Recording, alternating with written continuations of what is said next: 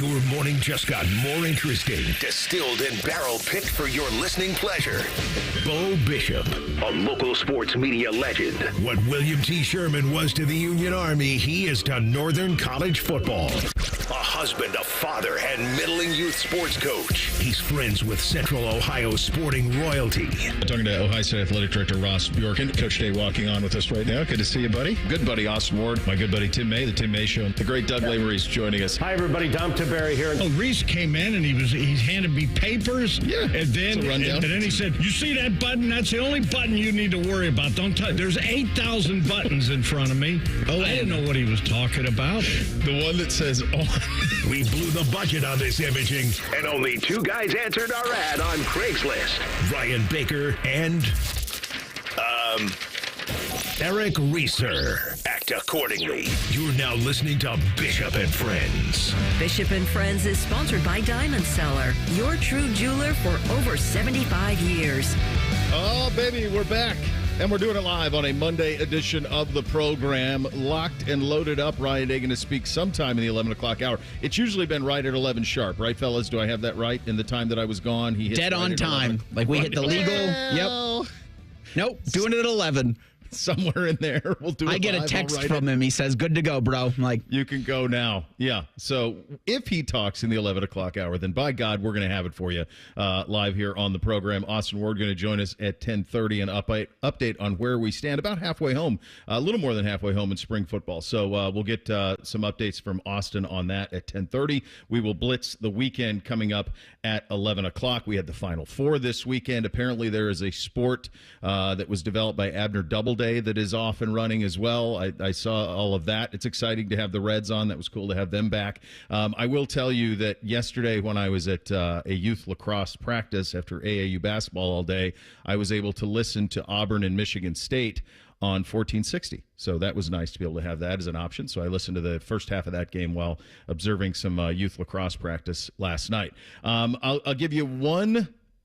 I got a bunch from. It was great to get away. That turns out that shiny orb in the sky that we see, what feels like just in the summer and the fall, is beneficial to your mindset and your health and all things. Apparently, it makes like your hair and nails grow too really fast, which is something that the kids and I noticed in our time out west. So that was very, very good. Good respite there. Took the kids to some Lakers stuff, and that was all fun. But I have another story about Los Angeles I'll get to a little bit later. But I did want to start with the idea that a red-eye is a good idea until it's not. And so when we fly from Palm Desert back here, there have been two options for flights where you could hit connections. There's either the ultra early morning option, like 6 a.m. Pacific time, or there's like somewhere between 1 and 2 o'clock. So the 6 a.m. one gets you back in the middle of the afternoon, 3 o'clock, something like that. It can either go through Dallas. I've done it through Houston before, but Dallas is one that usually happens. We've also done it through Denver and have done it through Chicago. So those are the kind of your three options at 6 a.m., get you back middle of the afternoon. If you do the 1 o'clock flight out of the West Coast, out of Palm Springs, then you're talking about like an 11 o'clock at best home. But a lot of times it ends up being midnight because things just get behind as the day goes along. So while I was booking this flight for this particular spring break, we flew direct to LA out there. That was smooth, man. Hopped on, ready to go. Good job at UA United. Got there a little bit early. The direct flight, always a winner. The way back, we had choices to connect through Chicago. So I said to my wife, I'm like, this is new. This is an 11:59 p.m. Pacific departure. So would get us into Chicago at 6 o'clock or something like that Central, and you'd be back Eastern Standard Time around 9-something in the morning is the way it was going to go. About 9:30 in the morning was the thing. I thought, do you think we can do this? Like we did the Redeye home from Hawaii last year. That was a disaster. But maybe this would be shorter, and you got all day Friday to kind of get your bearings, and away you go.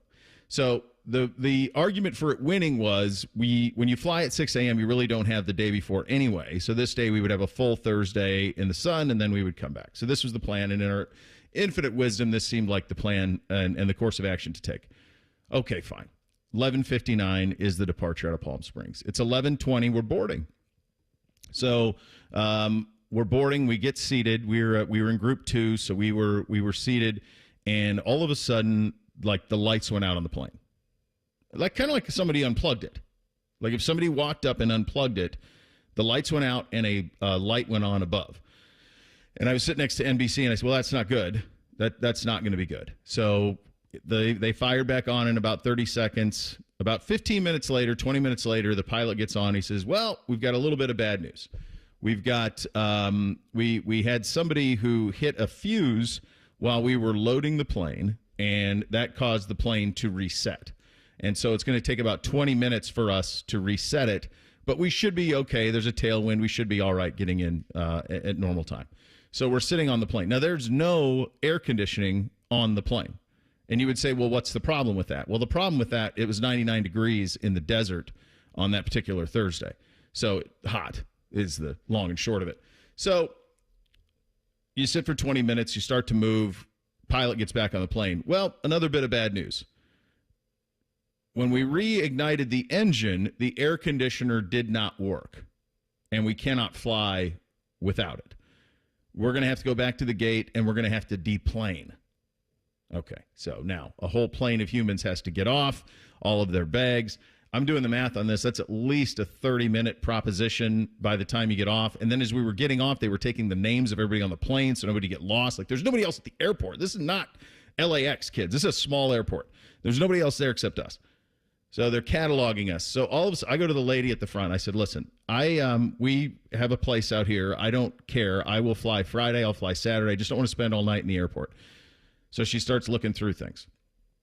She goes, "I can fly you through San Francisco on Saturday, and then Redeye back. You'll be in at 5 o'clock in the morning, Sunday morning." That's the best I can do. I said, "So I'm signing up for another Redeye in 2 days? That's the best we can do." She goes, "Or you can wait this out." So I talked to my wife. She's like, "We got to get through. Just get to Chicago, and then we can deal with it from there." So sure enough, they reload the plane back up. We leave at 2 a.m. Pacific. So we'd been at the airport now for 4 hours, little kids, all of it. 2 a.m. Pacific, so we start flying to Chicago.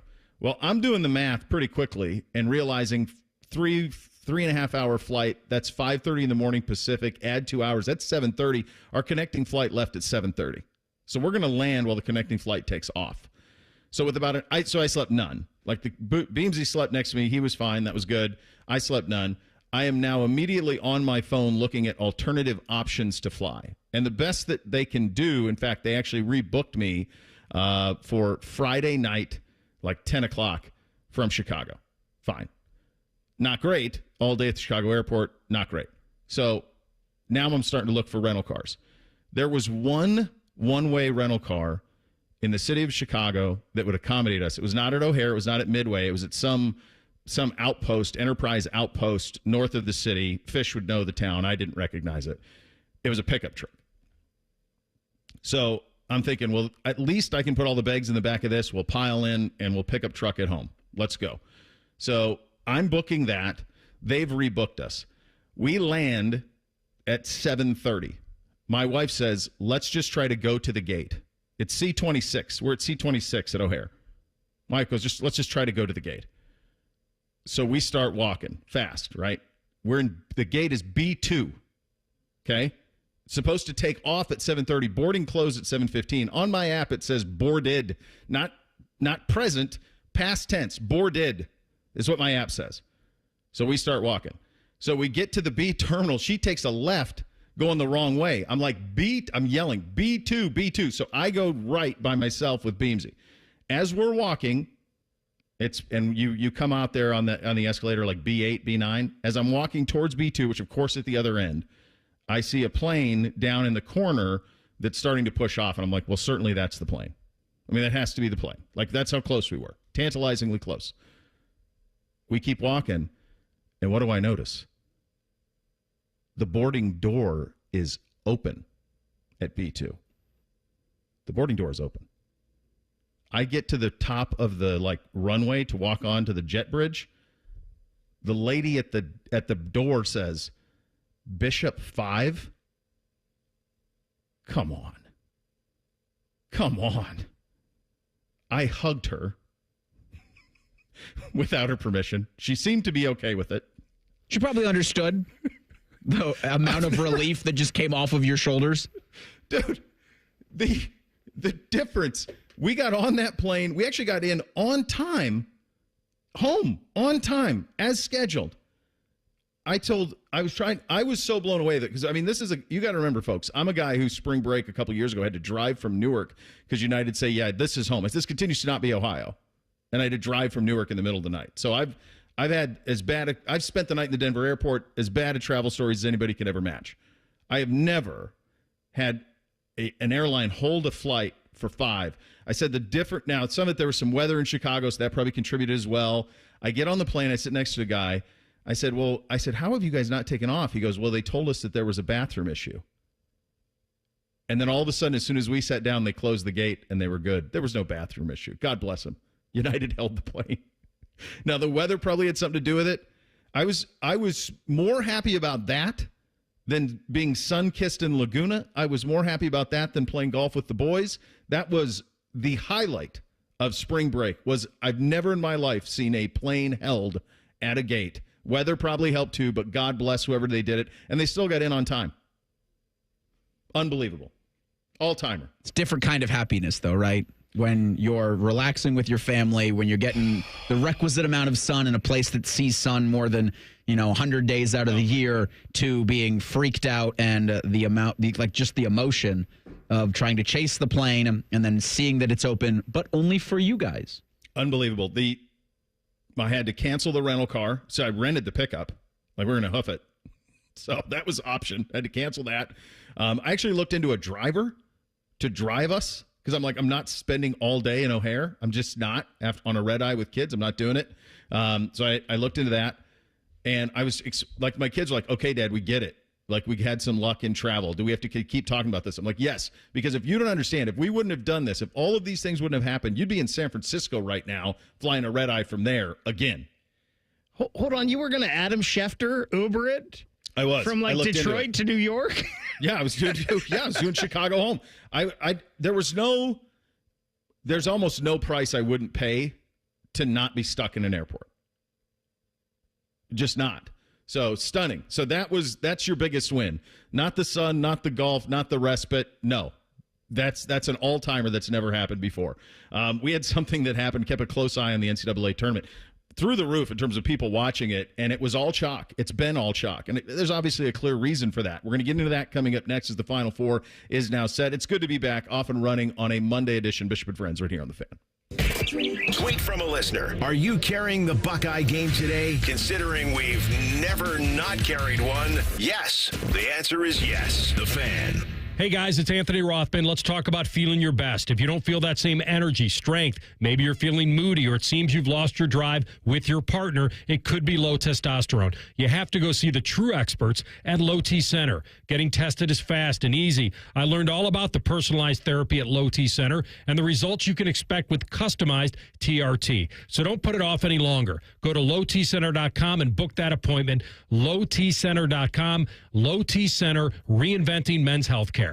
Hey, it's Leslie from Pella Columbus. I'm Wilson from that other window place. And today, Pella is excited to announce our 100-year anniversary. Cut.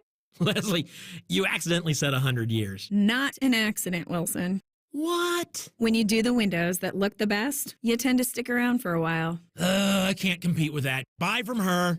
Get the windows that have been around for 100 years. The windows that homeowners rated the leading window brand in Columbus at PellaColumbus.com. Thinking about buying your first home? Now, with Third Federal, you can buy your first home and pay no PMI.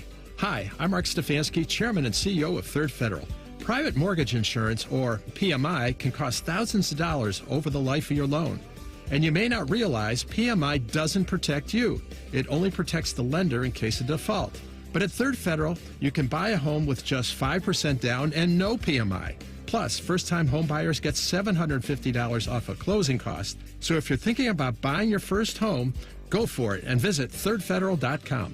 even before you find a home. Lock in 6.50%, APR 6.56% on a 30-year fixed-rate purchase mortgage. Visit thirdfederal.com or call 1-800-3RD-FED today. APR reflects 15% down for $350,000 loan amount. Rate requires automatic payment program and is subject to change. Restrictions apply. See conditions for closing cost coupon at thirdfederal.com/FTHB. Equal housing lender. Ever wonder where your go-to maintenance person gets the metal products they need to fix yours and everyone else's problems? The best in the business go to Metal Supermarkets for their wide variety of metal products and shapes to tackle projects from simple to complex. Metal Supermarkets is your source for all metals cut to size and ready fast. No minimum order with maximum service. Visit the family-owned franchise on North Wilson Road or at Columbus at metalsupermarkets.com. Bands are us when dreams don't get in. Bands are us. Right now, get $1,500 off a shower or tub replacement or $3,000 off a full bathroom remodel, plus low to no monthly payments. Call 380-225-BATH to schedule your free estimate or go to bathsareus.com. 380-225-BATH. Bands are us when dreams don't get in. Bands are us. Fish has been named the third best sports program director in the country. Winner. The two dudes who finished ahead of him are dead. So we're declaring him the winner. But you're listening to the home of champions, the Fan, Ohio sports destination. Springtime is here, and you know what that means. It's time for mulch madness. Did you know that too much mulch is bad for trees and shrubs? 2 inches of mulch is plenty. Any more and you risk causing roots to grow up and around trunks, which increases unhealthy stress, shortens tree life, and even keeps moisture from getting down to tree roots. To find out more about mulch madness or to find a certified arborist near you, visit treesforohio.org. That's trees, the number 4, ohio.org. The ONN Daily Podcast. Get a recap of all the day's news from across the state. ONN affiliate WBNS TV reports. Haley Kirby reporting in downtown Toledo. From the State House, Kevin Landers. ONN Canton. ONN affiliate WKYC TV in Cleveland explains. In Marietta, Brett Wharf, ONN News. Emma Henderson in Genoa. The ONN Daily Podcast. Listen at ONNradio.com or wherever you download your favorite podcasts from the Ohio News Network. Fan weather. From the Logan AC and Heat Services Weather Center. Temperatures will be in the 50s, but dropping as we head throughout the day, and we'll see cloudy to mostly cloudy skies. For tonight, lows overnight down into the upper 30s and mostly cloudy, giving way to more sunshine on Tuesday and highs in the mid-50s. For the Fan, I'm meteorologist Meredith Garfalo with your 10 weather impact forecast. Common Man and T-Bone are idiots. You should listen to them anyway. Weekdays from 3 to 6. The Fan, Ohio's idiot destination. Bo knows many people. He talks to the interesting ones on this show. This is Bishop and Friends. Should have given you guys a little heads up for this, but I'm just going to spring it on you. You're both broadcasting professionals. In the week that I was off, what was your favorite story that popped up, Reese? What was your favorite thing in the week that I was off? I'm torn between two, and they kind of both, one way or the other, include Chipotle. It's Kirk Cousins eating at a Chipotle in Westlake, and then MLB not getting MLB TV right for opening day. Oh, they botched that. That was a big deal out west, too. Nationwide. Yeah. And that same day, Tanner Bybee got pulled from his start against the Royals, and it was revealed that before every start, he has Chipotle the day before. And so everybody was in on Chipotle because Bybee got food poisoning and was pulled from the start. Like, what'd you have? What did you order, man? And he had to assure everybody that it wasn't Chipotle. I had food poisoning before I had the burrito. I did a radio hit for my buddy down in, the great Heath Klein, who we've had on many times here.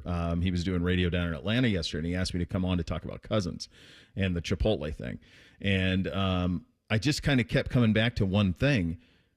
I see no scenario where the Cleveland Browns could give up anything way of a trade to accommodate him. And furthermore, they cannot take on that salary. I mean, they're as creative as anybody, but to me, I don't think it's any sort of accident that he was in Westlake. I mean, I think that's you don't vacation there. Well, in like the last 10 years, we were talking about this. 2 years ago, you had the Joe Flacco on the airplane thing. Sure. When I was working in Cleveland, it was Bill Cowher bought a house in Westlake. Strongsville was a big location, too. Oh, there's a house in Strongsville. And then somebody's buying. Peyton Manning's wife was at a dental office in Berea checking in on dental packages for her kids. Why would that be the case? Why would that be the case? So I keep, if Cousins, and by the way, like in a video game perspective, it makes all the sense in the world. Stefanski, Cousins know each other well. That type of offense Cousins thrives in. But to me, it would take a buyout from the Atlanta perspective and then him coming, like Russ Wilson is what it would have to be, like a buyout and then vet minimum play this year. But I'm sure Cousins also wants assurances that the Browns aren't taking a quarterback at number 2, so that at least he has a year as the starter. I don't think he wants to be a backup any more in Cleveland than he does in Atlanta. Bake, what for you is most interesting? So it's amazing, right, that MLB is pushing, we're taking over teams' broadcasting rights, and then it doesn't work. And then a little side note of that, all of a sudden they want everyone to buy Guardians TV, and then the day before the season, Spectrum and DirecTV and everybody has the Guardians games on now. Again, so they kind of defeated the purpose with their own product. It's like, what are we doing Even here? Fubo came to an agreement.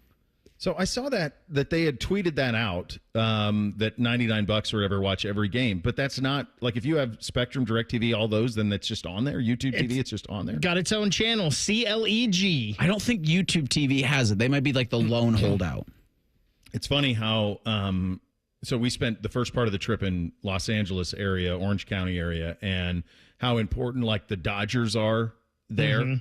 Really more, and we've been going to Southern California since 15, 16 years or so. And it does feel like this is the most popular the Dodgers have ever been. And they've always been a big deal in LA, but it's usually been Lakers, Chasm, Dodgers. To me, it feels like Lakers, Dodgers are one. And this, I was there for a few days, but it felt like those two walk into a room hand in hand as those two, and then a deep, distant fall to everything else, but those two are at the top of it, and winning does that, right? I mean, that's certainly part of it. It was interesting being in Phoenix a couple years ago for Red Spring Training, and how much sports radio out there talked about the Phoenix Suns, and it was just so different. Yeah. Like, they had a whole basketball show when that's something that wouldn't happen here. And speaking of basketball, Bo, Michi spoke finally last week. So how about that? So I was texting with Timmy Hall, and I were texting about that over the weekend, and he said, "You see this?" And I said, "I didn't." I do my best when I'm away to unplug. I usually try and check my phone in the morning, and then I'll check it at night, but I'll try to stay off it for much of the day in terms of getting on the social stuff. Just need to unplug. But I did see that. I think, didn't he make reference to the point of, like, I wish information could have gotten out sooner or something to that effect? He said if it was up to him, he would have said more earlier. Yeah. Who was it up to? Yeah, I don't know. There's a lot of ambiguity in that. So he's in the portal and portaling out. So this will be his second time portaling out of Ohio State. I saw Evan Mahaffey already landed at Akron, so that's done. We brought in Gabe Cupps, I loved watching him play at Centerville. He was thrust into it at Indiana early. They had an injury in the backcourt, and so as a true freshman, he ended up starting a lot more than I think anybody anticipated him playing right away at Indiana. Out last year with the injury. To me, feels like someone who, I think when you could get the Mr. Ohio basketball, and he's a guy who's good enough to start even with injuries at Indiana in year one. I remember watching him, the game that they played, it ended up being kind of the end of Holtman when Ohio State was up like a year ago, up 16 or 18 against Indiana at home, and ended up losing that game. And watching him play, and he certainly looked like someone who was not out of place. Like, he could hang. Like, he's good defensively, handles his business, needs to get a little bit more dynamic on the offensive end, but probably a win there. That basketball portal world kind of gets us into this conversation of how we got to where we got in the Final Four. And I think what you witnessed, Beamsy said this to me on the way back from AAU Hoops, his last game yesterday. He said, he goes, "Dad, this tournament isn't that fun." And I said, "Yeah, I think because there is no Cinderella." And there wasn't. And then he named all the lot. He named them. He named McNeese State, named Drake. Who was the other one? Colorado State. I think that was it, kind of. When you got to the Elite 8, Sweet 16, it was all chalk. When you get to the Final Four, by the time it's all done, it's all chalk. I think what we've witnessed here is, because of NIL, because of the transfer portal, the death of the mid-major. I think Cinderella is dead. I don't think it's coming back either. I think she's gone, and there's nothing to save it. I think when a guy like Johnny Broome is identified early at Morehead State, Auburn goes and gets him. And there's countless examples of this in the teams that are playing. Duke's built kind of the old sort of way with this incredible freshman class and a transcendent player in Cooper Flagg. But if you look at Houston, you look at Florida, you look at Auburn, it's a smattering of stud freshmen, developmental program guys, but then it's ripe with portal transfers. And I think the days of seeing George Mason in the Final Four are cooked. Because if you're good enough to be at George Mason and someone who averages 15 points a game at a place like that, or a place like Ohio, a place like, well, hell, Mark Sears. I mean, he hit 75 3-pointers over the weekend until he couldn't against Duke. But he started Ohio, and then he played 4 years at Alabama. He played an unbelievable season at OU, and then played 4 unbelievable seasons at Alabama. So those guys are found. They are identified. They are incentivized to transfer to big schools. So I guess it just depends on how you like your NCAA tournament, right? Do you like to see Cinderella, and do you like to see those stories develop over the course of a month? Or do you like to see the big bad bully and the powerhouse programs? Because you got the latter here. That's what you got. You got powerhouse. The lowest seed in the Elite Eight was a 3. It was Texas Tech. Everybody else was 2s. So all the ones advanced, first time since 2008 that's happened. That year, Kansas beat Memphis on the Mario Chalmers shot that put it into overtime, and then eventually they won in overtime against Memphis in 2008. But it was Kansas, Carolina, UCLA, and Memphis were the 4 ones that year. It'll be Florida, Auburn, Houston, and Duke, the 4 ones this year. But I don't think we're coming back. I think this is it. And I think I've always thought that the ideal path for March would be you want Cinderella on the first weekend, and then you want the slipper to not fit by the Sweet 16 Elite Eight. You don't want to be in a scenario. We were in a scenario a couple of years ago where Texas Tech and San Diego State, I mean, like those type of teams were playing for national titles. Like, I don't know that you want that to be the norm, and I don't think it's going to be that way going forward. I think it'll be chalk going forward. You will see a steady diet of 1s and 2s, and you will see power conferences reign supreme. I am interested to see what happens July 1 once you start having revenue sharing with all of the schools involved. So if you have a Villanova or a St. John's who don't have football programs, well, then the revenue share, the name, image, and likeness thing, I think it's no coincidence that this past calendar year, St. Bonaventure did what they did with Adrian Wojnarowski. Yeah. Davidson did with Steph Curry. Of some of these smaller schools that have been Cinderella before, try to make inroads to getting that back. But it's a long road to hoe. It is, and it's bumpy, and it's uphill both ways. Now, that's one of the big takeaways. The other big takeaway I had watching the NCAA tournament is the Big Ten an elite basketball conference anymore? We may have to do a little bit of truth-telling and decide in this league what we want to be. We'll get to that in 2 minutes. Bishop and Friends right here on The Fan.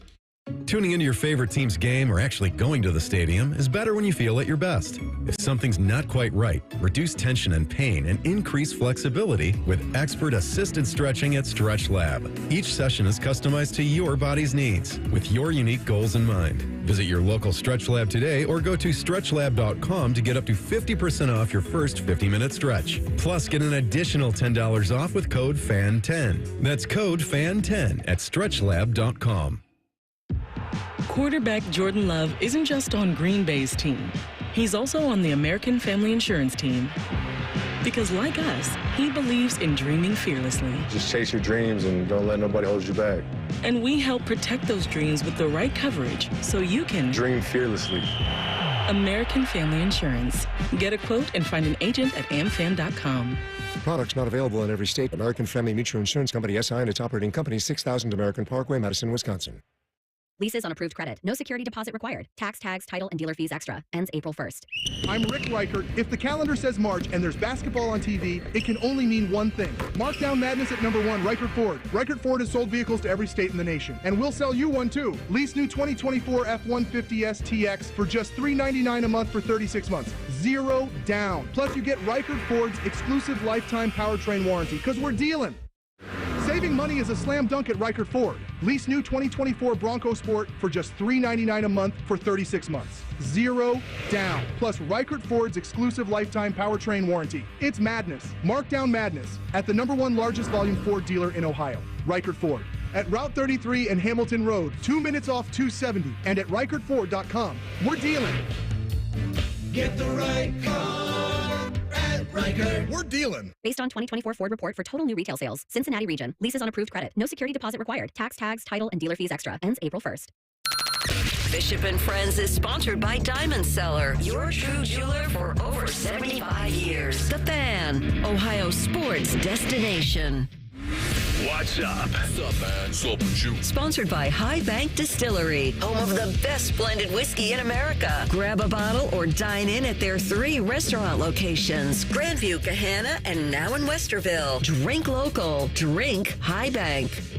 All right, here's what's up on a Monday edition of the program. The Final Four is set. It will be represented by the SEC on Auburn and Florida on one side of it, the ACC and the Big 12 with Duke and Houston on the other side of it. For the fourth time in the last 5 seasons, no Big Ten team is in the Final Four. There was just one Big Ten team in the Elite Eight. That was Michigan State. There were 4 Big Ten teams in the Sweet 16 with Purdue and Michigan and Maryland joining Sparty there. But I think we could all say that even going into this season, there was not a national championship contender that was going to come out of the Big Ten Conference. You just looked at the rosters and you could just see it. There wasn't enough NBA players on any of these rosters to be able to get to that point, or veteran studs. That's the 2 things you got to have. You either got to have NBA guys, you got to have pros, or you got to have vets who have come together over a period of time and grown into something pretty special. That did not happen. That's not to say that, for example, Dusty May's first season at Michigan was not a resounding success. Absolutely, it was. Willard at Maryland, well, now he's Willard at Villanova is the way that one goes. And Michigan State, an Elite Eight season. It's stunning. Tom Izzo, when he gets to this point in the tournament, only loses to 1 seeds or teams that win the national title. Like, that's kind of traditionally how it goes for him at Sparty. But speaking of Sparty, they're the last team to win it all. Michigan State. Think about this, kids. Some of you might not even been alive. It's Michigan State in 2000. That's the Flintstones. Mateen Cleaves. That's your last national champion to come out of the Big Ten Conference. Now, we've played for it. Wisconsin's played for it. Michigan's played for it twice. Purdue played for it. But no championships, no banners. So if you do the conversation about the Big Ten in basketball, is it fair to say that the Big Ten in basketball is what the Big 12 is in football? Is that I think that might be a fair spot. The Big Ten is not, despite what you hear, and Holtman used to talk about this all the time. Diebler used to talk about it. Thad, even when he was here, we're talking about how tough the league is. It may be physical, but it's not elite and hasn't been in a really long time. If you don't have teams knocking on the door for national titles, then you're not an elite conference. And so there was the Zach Edey experience at Purdue, and they got all the way to the title game. As I mentioned, Wisconsin with that historic upset against Kentucky, but that's been a decade ago. And then Michigan a couple of times. That's over a decade ago. Trey Burke and those guys, that since they played for the national title. And so it's been a long time. And I do think that this league has got to decide what it wants to be good at. Because what it seems to me is the Big Ten is kind of a macrocosm of what Ohio State tries to be, which is really good at everything, but maybe not as great as needed to be in, I would argue, the second most important sport. Football won by 1,000 miles, seconds eighth, but in that 8th spot is men's basketball. And it doesn't seem like the Big Ten is willing to do what is necessary to be great at hoops. And I think the proof is in the pudding on that. And I'll be curious to see what happens with NIL. You mentioned July, Reese. What happens there? How do they allocate those funds? Now, obviously, the new additions on the women's side have done quite well. UCLA and USC. UCLA's in the Final Four. USC lost Juju Watkins. That's a tough road to hoe there. But they were knocking on the door to be a Final Four team as well. But on the men's side of things, the athletic directors in the league, in this league, need to look in the mirror and say, what do we want to be? Don't you think they've already kind of done, at least some of them. I don't know. Willard's going to make it 4 Big Ten vacancies this offseason. I know there are 18 teams in the Big Ten, but when 4 coaches are either fired or when you lose a guy like Kevin Willard to Villanova, that kind of tells me what Maryland's already done the deciding. I know their athletic director just went to SMU.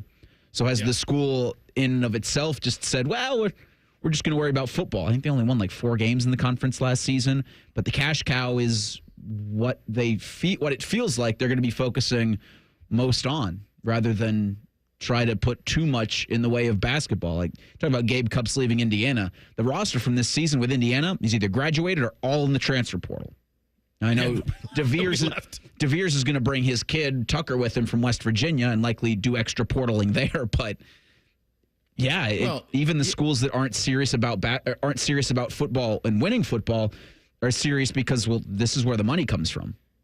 And we talked about a story last week, Bo, while you were gone, that Ross Dellinger of Yahoo Sports put out about some of the SEC and Big Ten, the A4 commissioners were worried about these Big East schools in basketball because they're going to have more money for revenue sharing for their basketball teams, and their basketball teams are going to possibly be better because they don't have football teams to worry about. And the question of if they're going to back football or basketball, I think is always going to be football, right? Because it's football that what brings more money in. But so then it's going to be, what are your NIL collectives going to focus to?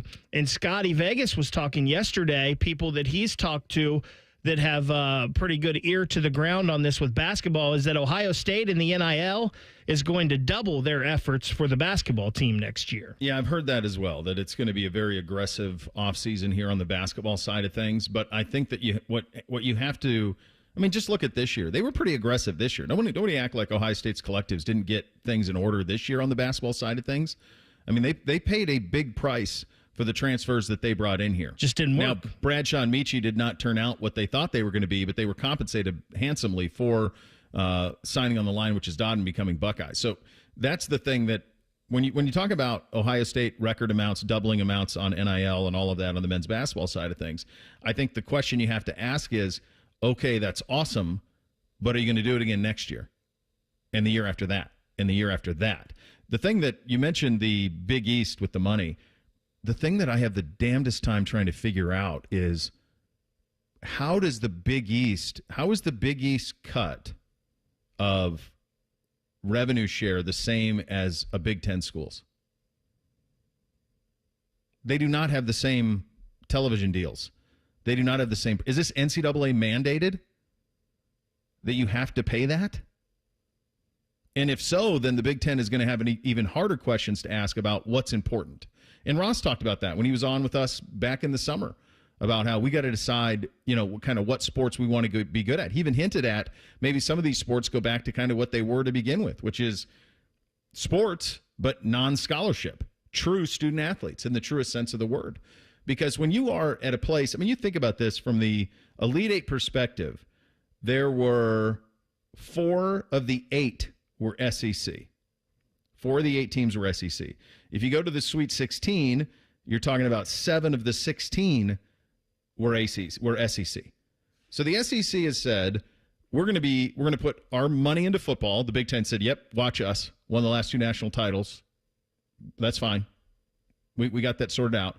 Then the SEC said, men's basketball, women's basketball, baseball, softball. That's where our money's going to go.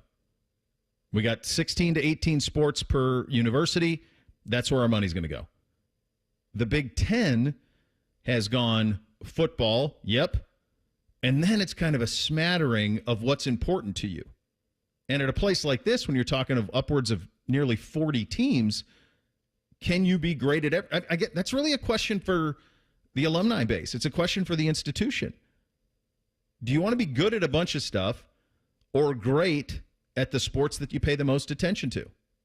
I mean, I think about a sport that I pay attention to here that maybe, although a great crowd, sellout crowd on Saturday, the lacrosse program. They've won 10 in a row. Nick Meyer's team has. They're top 3 in the country, and they've won 10 in a row.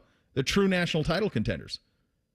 But can you be at that level at that sport and also that level at wrestling and baseball in men's basketball, in women's basketball. I mean, how the hell did Cody McMahon transfer when I was gone? How'd she get in the portal? Like, she's an Ohioan.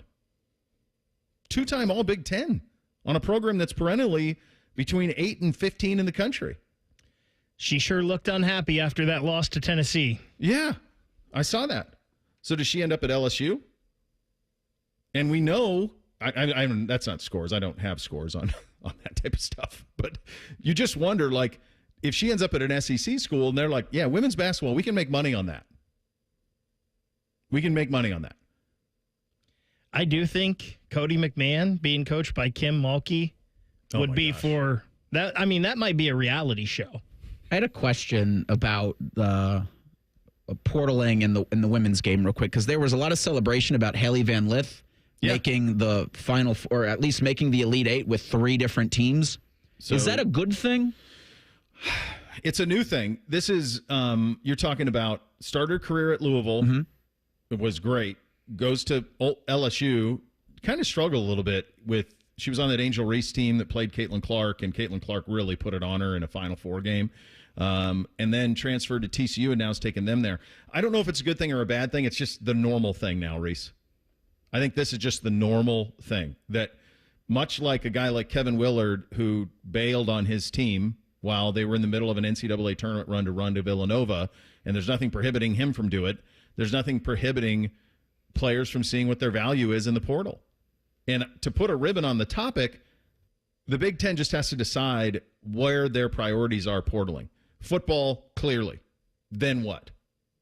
What? It goes back to Mike Brown. It's the pie. Whose piece of pie is going to be bigger as you start to disperse this funding? So what sports matter most to the alumni base? What sports matter most to the institution? Those are questions Ross Bjork has to figure out. Top Gun Ted has to figure out. They got to sort that stuff out. But it was glaring that for now, most of the last 25 almost years now, guys, the Big Ten has not been a serious operation in the big dance. The Blue Jackets appear to have been on a treadmill since I left. We will get to that, among other things, coming up next. Bishop and Friends right here on The Fan. We know everything about you. We know you love the Buckeyes. We know you love the Jackets. We know you're wearing a red shirt. I just freaked the hell out of someone. The Fan. Thinking about buying your first home? Now, with Third Federal, you can buy your first home and pay no PMI. Hi, I'm Mark Stefanski, Chairman and CEO of Third Federal. Private mortgage insurance, or PMI, can cost thousands of dollars over the life of your loan. And you may not realize PMI doesn't protect you. It only protects the lender in case of default. But at Third Federal, you can buy a home with just 5% down and no PMI. Plus, first-time home buyers get $750 off a closing cost. So if you're thinking about buying your first home, go for it and visit thirdfederal.com. Even before you find a home, lock in 6.50%, APR 6.56% on a 30-year fixed-rate purchase mortgage. Visit thirdfederal.com or call 1-800-3RD-FED today. APR reflects 15% down for $350,000 loan amount. Rate requires automatic payment program and is subject to change. Restrictions apply. See conditions for closing cost coupon at thirdfederal.com/FTHB. Equal housing lender. Everyone deserves a fast and reliable connection. One that helps better their everyday through the things they value most. Friends and family, education and career. A connection that opens pathways to opportunity and builds roads to a better future. At Spectrum, we're committed to delivering just that every single day. Because with the right connection, anything is possible. That's Life Unlimited. That's Spectrum. Care Heating and Cooling. When you need a company you can trust, call 1-800-COOLING. Discover uncompromising quality at a reliable price with Giant Eagle in Market District. Look for signs throughout the store highlighting lower prices. Surround yourself with savings at Giant Eagle. Experience value like never before. Visit Giant Eagle today to see how easy it is to save. Look, there's feelings and then there's the facts. If you're feeling like your finance team is bogged down in mundane manual tasks, the fact is you need Ramp. Ramp is the corporate card that makes the expense process fast and easy. The moment your team makes a purchase, Ramp handles everything. Receipt collection and approvals, the works. With Ramp, you can cut your month-end close from 5 days to 1, customize approval workflows, and get complete control over every transaction. Facts. Over 25,000 businesses trust Ramp, including Shopify and the Boys and Girls Club of America. which is why they were just named #1 in spend management by G2. Facts. Start using Ramp and you'll have more time to spend scaling your business. And that'll feel really good. Upgrade to Ramp for free today and get $250 at ramp.com/radio. Ramp.com/radio. That's ramp.com/radio. Cards issued by Sutton Bank, members of FDIC. Terms and conditions apply. Hi, are you lazy? Me too. But even the laziest of us still need to leave the house. So throw your pants on and follow all the tournament action with the Fan at ESPN Columbus. He's not wearing any pants. I'm not wearing any pants. The Fan. When I wake up, the best mornings in the morning light, start with Wrangler. pull on my jeans and I feel alright. Jeans, jackets, and shirts that get your day started on the right foot. I pull my blue jeans on. I pull my old blue jeans on. Good mornings make for better days. I pull my blue jeans on. I pull my old blue jeans on. Wrangler, for the ride of life. Whether you're building a single roof or a successful roofing business, roofing contractors like you need the right tools for the job, and software is no exception. Service Titan is on a mission to be the most powerful software platform for the trades, with purpose-built technology proven to maximize revenue, streamline operations, and deliver 5-star customer experiences. We are taking roofing companies like yours to the next level and beyond. Service Titan. We are built for this. See what we can do for roofers at servicetitan.com. The Fan Poll is brought to you by Caster Connection. Visit casterconnection.com to shop online or to work with our Caster Solution Specialists. Connect with the show on X at 971BFS. Jump in our YouTube chat or just send a raven. You're listening to Bishop and Friends. Man, it was interesting to be. I'll tell you this, from a television sports consumption standpoint, the West Coast is pretty hard to beat. I mean, it's when you're talking about tips at 4:00 in the afternoon for the NCAA tournament in the primetime window, and you're talking about the late games, 8:47 tip is 5:47. Like, your sports day is done out there by 10:00. It's done. Day's done. East Coast stuff is long done. So I will say, like, from a I'm also not convinced anybody in Orange County works.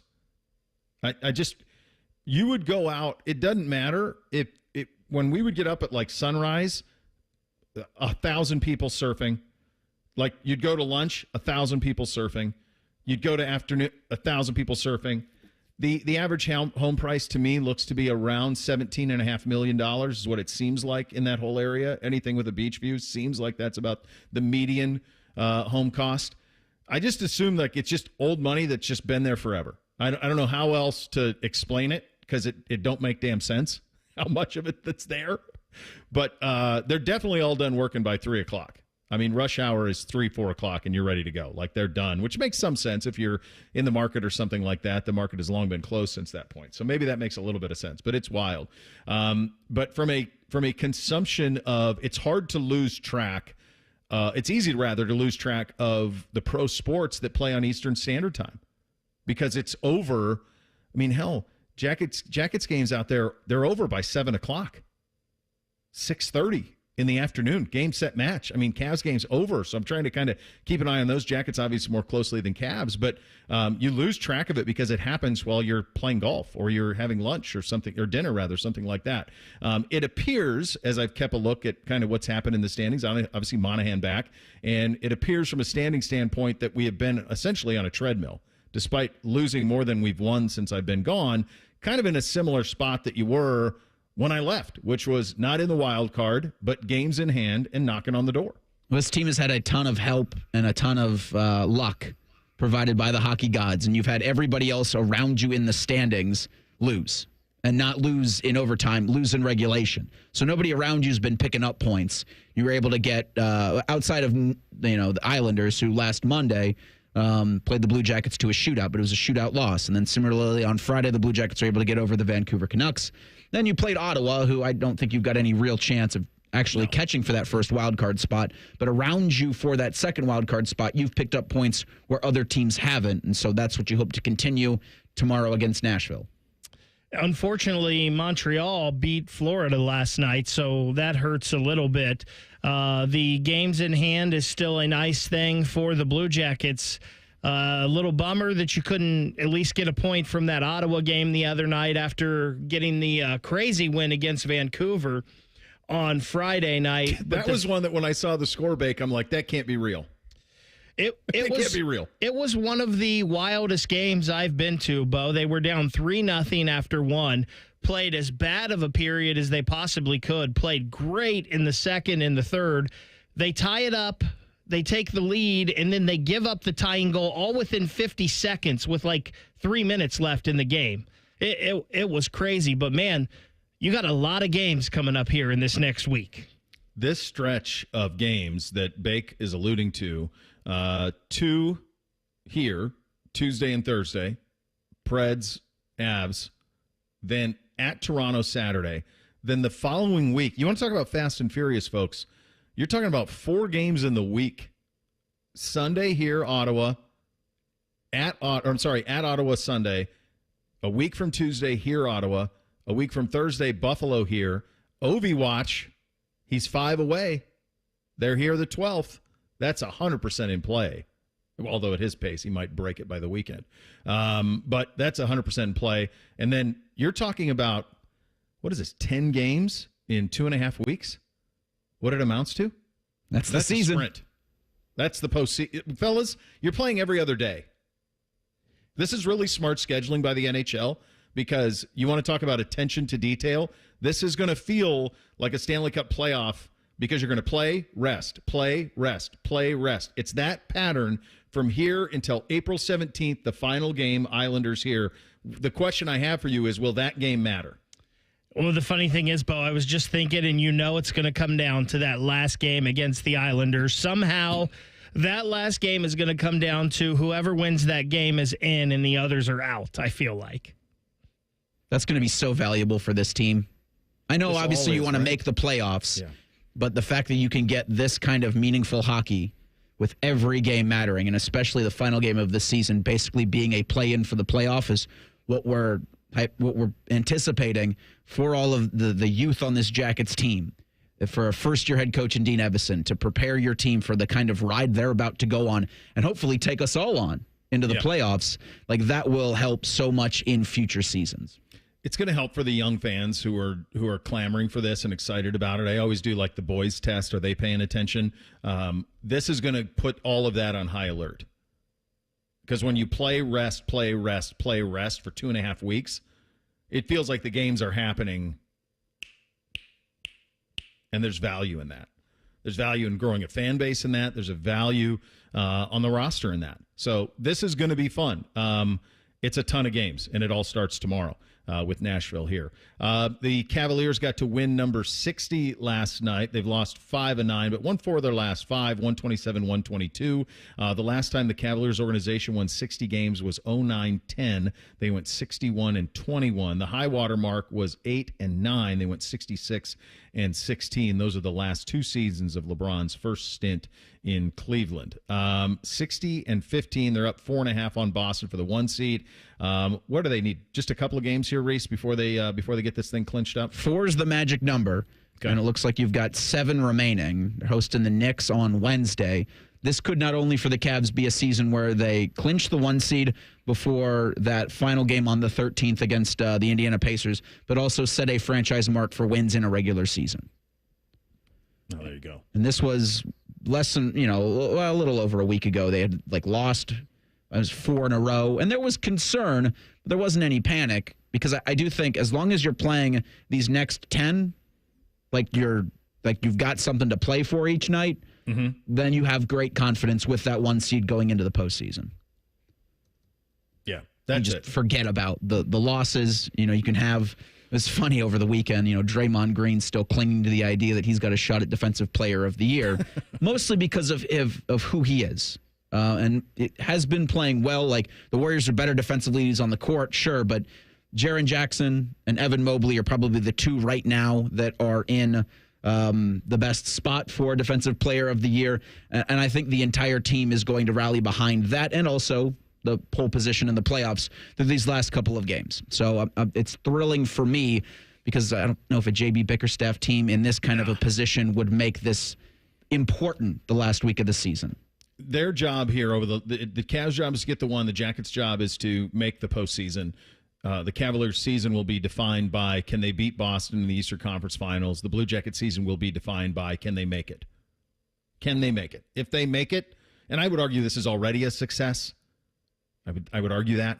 But if they make it, then it's certainly a cherry on top of success in terms of what this season has been. All right, second hour of the program. Our old buddy Bill Connolly of ESPN rated the top 90 quarterbacks of the 2000s. There are Buckeyes on the list. But more importantly, is this now the area that Ohio State fans ought to expect their quarterbacks to be? We'll get to that coming up next. Second hour, Bishop and Friends right here on The Fan. Matty Ice is currently bathing himself in creamy jalapeno dip. And I've officially run out of ways to tease this show. Rothman and Ice. Weekdays at noon. The Fan.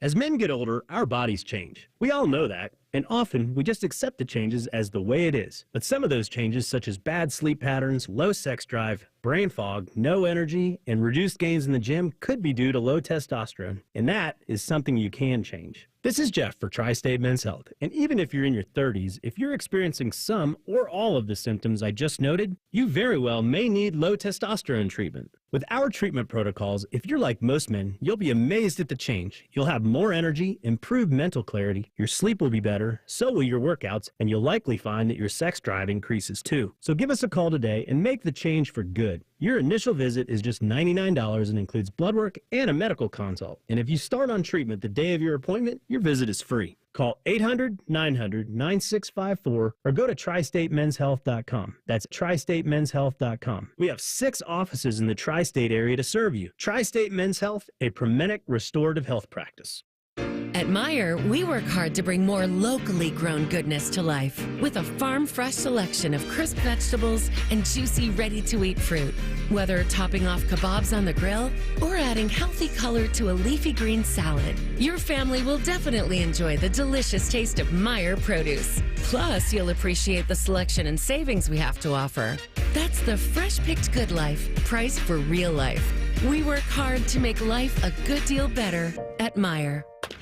Columbus knows what it takes to be a champion. Just like your favorite team, Caster Connection plays to win. Our heavy-duty casters and wheels offer unmatched durability and ergonomic performance from manufacturing and material handling and beyond. With an unrivaled online inventory and the best consultative experts in the industry, we'll help you find the right caster for any job. Shop now at casterconnection.com and save 10% on online orders with promo code ROLL10. Not a retail location. Huntington is banking that just clicks.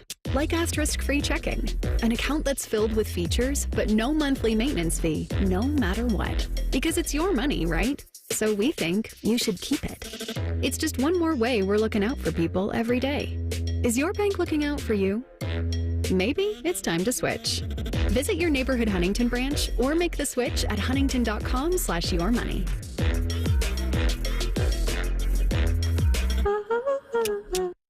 Hey folks, Austin Ward here. You know, there was a time if you handed me a bread basket at dinner, it was like feeding a gator.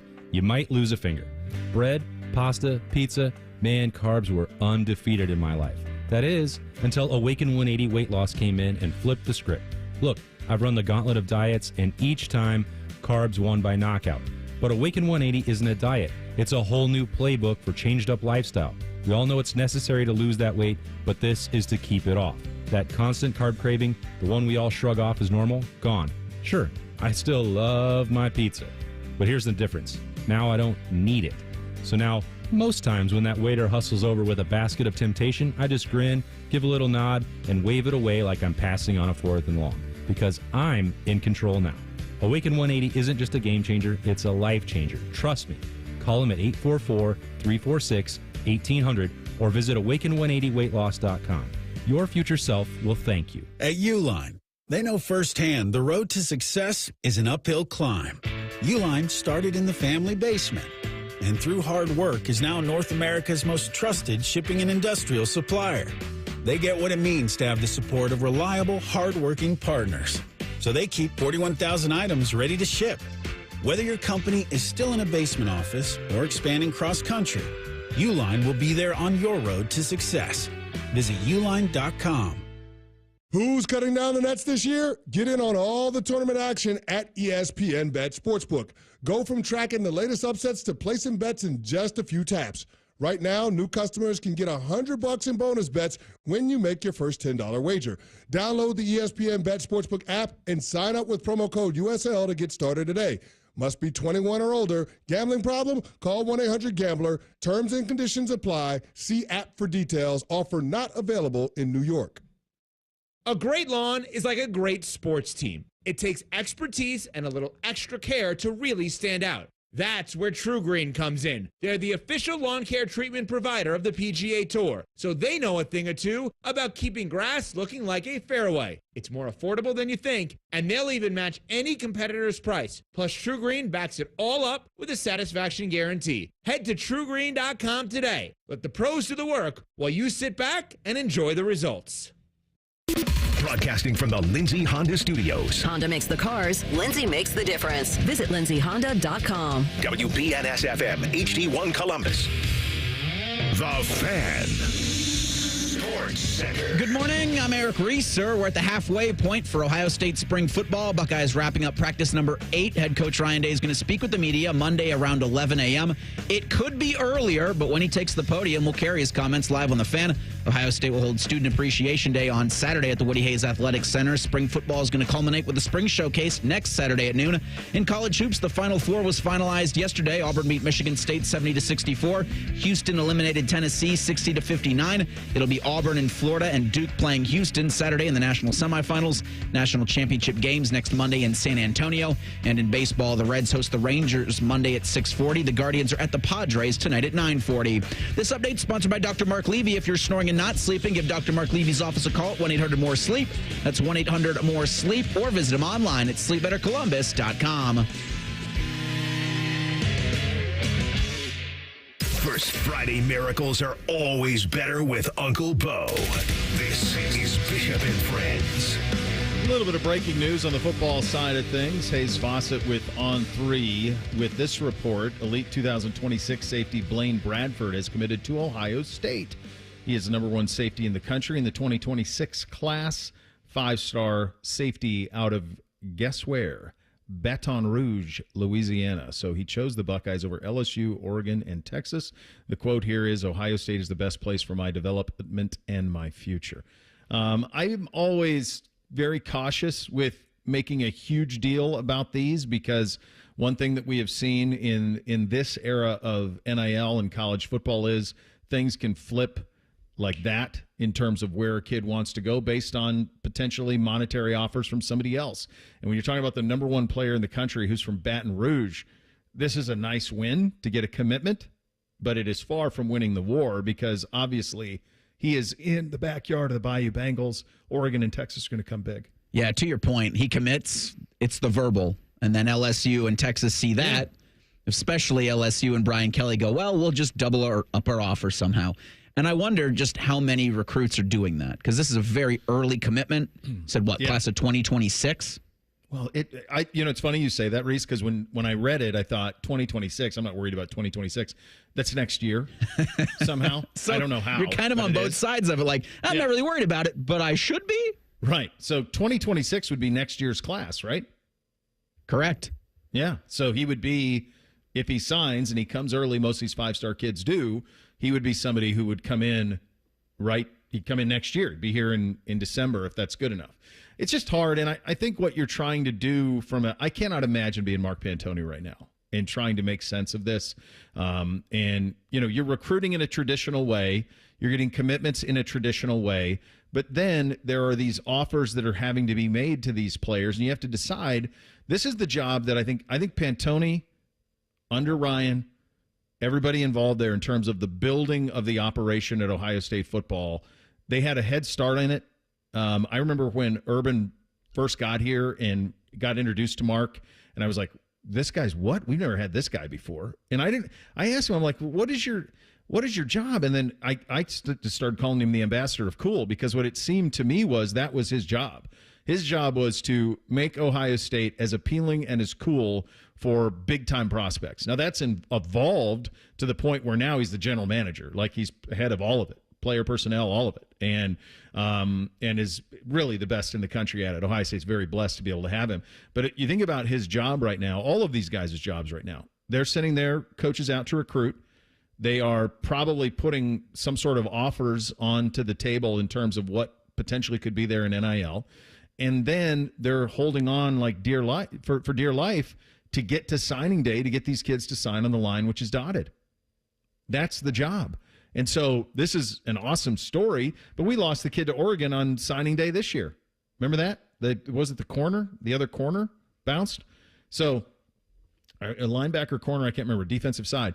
But the point is that these things are not binding.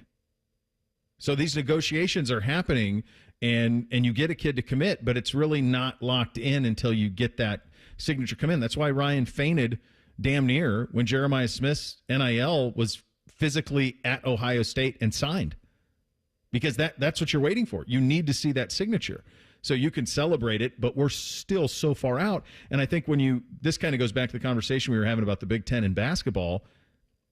It's even more critical in basketball. Like, you cannot miss on those allocation of resources. You can't. And one thing that Ohio State football has done brilliantly is when it comes to allocating money to recruits, it's been they put the onus on the skill positions, the quarterbacks, that type of stuff, and then incentivize once you get here, you're going to get taken care of. Ohio State, I think, has been really smart in not throwing $2 million at left tackles, because it's really difficult for that position to come in and contribute right away anyway. So Tennessee, you can pay the left tackle $2 million. We'll let you develop him, and then if he's good, we'll come sneak him in 2 years. That's kind of been their model, and to me, that's a winning strategy. Yeah, and you talk about offensive linemen. Like, Tyler Bowen's had a heck of a 3-week stretch here. Since coming on at Ohio State, they've gotten the top 2, or at least 2 of the top 5 offensive linemen from the Buckeye State committed for the class of 2026. So I think that means more, I think, recruiting the guys early and then developing them to get to this spot than just paying them right out of high school. Because, that's a big of a question mark, I think, as you have in the sport, is playing offensive line, especially with positions. And Ohio State's kind of the portal to get their 2 tackles this season. Yeah. But it's been Austin Sareveld playing the bulk of reps at tackle because those guys are just getting up to speed on being a Buckeye. Absolutely. Yeah. No, I think it's smart strategy. And it dovetails into this conversation about Bill Connolly, and we'll expand upon it over the next couple of segments. But one thing this is a dramatic change. What we have seen at Ohio State, Tressel started it, certainly. Not at all going to minimize the type of recruiting he did at the quarterback position. Justin Zwick was a big-time recruit. Troy Smith was I think a 4-star recruit. Zwick was a 4/5. Terrell Pryor was a monster. I mean, it's hard for people to understand now unless you lived it, but he was kind of a LeBron James. He was the next Vince Young, is what most assumed. And his career here, I think, is better than some people remember it to be. And I think it would have been even viewed even more fondly, obviously, had it not been embroiled in the nonsense Tatgate. All of that was just looking back on so silly. But the recruiting was a little bit better there. And, of course, Tress landed Braxton, and Braxton led to the gateway to Urban. But this is different now. It's different. It was nice under Tress. It was nice under Urban. What Ohio State has done at the quarterback position under Ryan Day is just different. So when you think about having Haskins, Fields, Stroud, all first-round picks, Kyle McCord's going to get drafted in a month. Will Howard, who came in the transfer portal, is going to get drafted in a month. There are pro quarterbacks on this roster now. This is not what you're entitled to around here, but it's what you become accustomed to under Ryan Day. So when you look at 5 Buckeyes making a list on Bill Connolly's top 90 quarterbacks of the 2000s, you see Braxton at 86, JT at 73, Troy at 38, Justin Fields at 33, and CJ Stroud at 21. What you say is, this is the new norm. This is where you're at, the Fields-Stroud world. McCord's going to get drafted. I mentioned Howard, Sayin or Keenholz, one of them, they're going to get drafted, maybe both. Tavian St. Clair is going to get drafted. The odds are At least one of those guys is going to be a first-round pick. This is the new norm around here, and you guys grew up here. This is not what it has been historically at the quarterback position at Ohio State, but it's what it is now. And this goes back to Pantone and then Day because of his guys wanting to play in his system and to be developed. This is all new territory, relatively new, but I think it's a place that you ought to get used to because I think much more of this to come, fellas. Yeah, it's interesting you bring up just how it's evolved. I mean, Troy Smith won a Heisman Trophy. Yeah. And he's 38 on this list. Mm-hmm. Like, in that, and that was in an era where you're like, wow, they're really blowing the top off of this thing. Yeah. And you just didn't see that before. And it felt like you had to do that. Like Tressel wanted the 3 yards in a cloud of dust, but had to because of the weapons that they had recruited, because of the talent that they had developed. And then that just kind of grew from there to where it became, it was so funny when Bill Belichick brought it up, how he was going to make an NFL program at UNC, and we'd made fun of him for that. Be like, well, I think there's been one of those in Columbus for about the past 20 years, but yeah, carry on, Bill. And you talk about these quarterbacks and wanting to play in Ryan Day's system, and it all goes hand in hand, too, with that wide receiver room. But what quarterback wouldn't want to come here and throw to Marvin Harrison Jr., Jeremiah Smith, Garrett Wilson, Chris Olave, Brandon Ennis, Carnell Tate, Quincy Porter, who seems to be the next in the line of great Ohio State receivers here. Everything you're hearing about this freshman, how people think he could come in. And then think of next year, Chris Henry Jr., you know, hopefully coming in. Like, what quarterback in their right mind doesn't want to come throw to those guys? Yeah, and it's two-pronged, right? You can get them straight out of high school, as they did with Julian Sand and Lincoln Keenholz and Tavian St. Clair. Or if that doesn't work, you can hit the portal, and all of a sudden you're the apple of eye of Justin Fields, you're the apple of eye of Will Howard. And then what Ryan Day did this year with Will Howard, that only helps. You're talking about a guy who was really undraftable coming out of Kansas State, who now could be a day 2 pick in the NFL draft based on the season that he had here. How did his pro day go for him? For Wills? Sounded like it was great. Everybody, good. I think, what did they say? 65 of 67, and those 2 were drops. Like he put one on Mayan Williams, like right in the breadbasket, but Mayan just dropped it. Okay. But it was good to see Mayan out there too.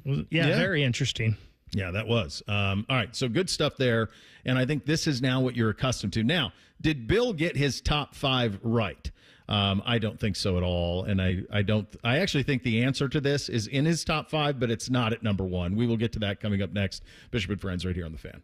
If you consider yourself a Buckeye fan, you've come to the right place. This is your heritage sports talker and home of Ohio State Athletics, The Fan, Ohio's sports destination. Sometimes you don't realize something was bothering you until it's gone. That's how you're going to feel after we work our magic at your house. We make junk disappear. All you have to do is point. Call 1-800-GOT-JUNK or visit 1-800-GOT-JUNK.com. Care Heating and Cooling. Honest technicians, honest pricing. Call 1-800-COOLING. Common Man here. I take my job as endorser for Germain Lexus very seriously. I want to make sure that every Lexus on the lot meets my expectations. That's why I personally sit in each one. I massage the leather. Sometimes I take a nap in the back seat. If that's not a selling point, I don't know what is. Deal time. Lease the 2025 ES350 for as low as $409 per month, or get 3.49% financing up to 60 months on their most popular new Lexus models. 2 locations to serve you, Dublin and Easton. Check them out online. GermainLexus.com.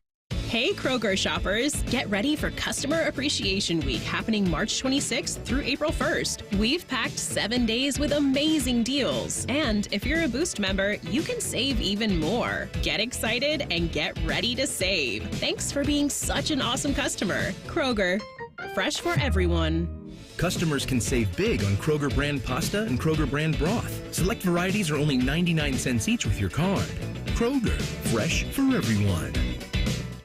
When you reach for UDF's new pizza, you're getting more than just a quick slice. You're getting family recipe focaccia dough, handcrafted in our bakery. You're biting into a hot, crispy crust. You're tasting delicious sauce and loads of meaty, cheesy flavor. You might even be burning the roof of your mouth on that first bite, but that's okay. It's a good burn.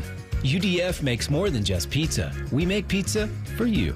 New Sicilian-style pizza from United Dairy Farmers at participating locations. UDF, made for you. If you're 55 and up, T-Mobile has plans built just for you. 2 lines of unlimited for just $30 a line. That's a 45% savings compared to Verizon and AT&T. But don't just take our word for it. It's not just the savings that are great with our T-Mobile plan. There's all this value from all these other things that T-Mobile offers. T-Mobile has been such a savings for us. We love it. Switch today and get 2 free 5G phones like the Motorola Edge with Turbo Power charging that gives you power for the day in just 15 minutes. And customers 55 and up can get 2 lines of talk, text, and data for only $30 a line. Go to T-Mobile.com/choice55 to learn more. With 24 monthly bill credits and 2 new lines with autopay for well-qualified customers plus taxes, fees, and $35 per line connection charge. Credits end and balance due if you pay off early or cancel. Contact us plus $5 per line without autopay. Debit or bank account required. 45% off 2 lines versus AT&T Starter and Verizon Welcome. Plan benefits vary. See details at T-Mobile.com. Motorola Edge requires 68-watt charger. Charger sold separately. Actual performance will vary based on usage and configuration.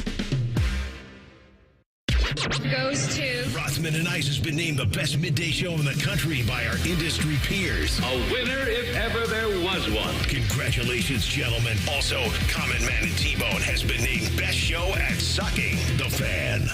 Hello, it's John Kozik, founder and president of TurboTrack Realty. Do you want to sell your property, however, you need a little help getting through the process? Let's say you have years of belongings in the home. It needs a lot of updating, you're overwhelmed, and you may need help finding a place to go. I will help you. Visit us today at TurboTrackRealty.com or call me now for an all-cash offer and, more importantly, the help you need at 614-470-2000, 614-470-2000. Do you want a job that is flexible, secure, and fun? It also offers excellent pay and is ranked as one of the best jobs in America, too. I'm talking about being a dental hygienist. And all you have to do is complete a 2-year program after high school.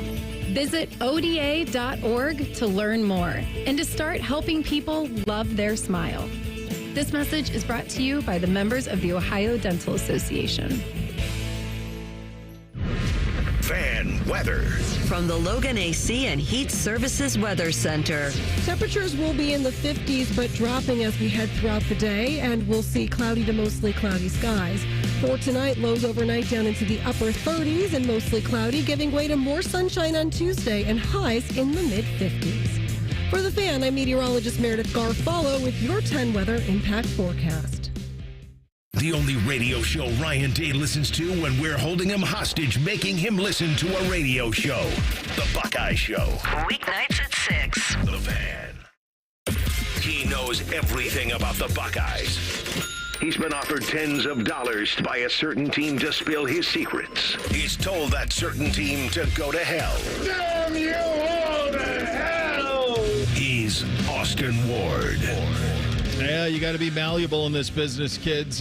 We anticipate Ryan Day around 10:45, so we want to give Austin plenty of time. So we'll go with our conversation with our good buddy right now. Appreciate you being flexible as well, my friend.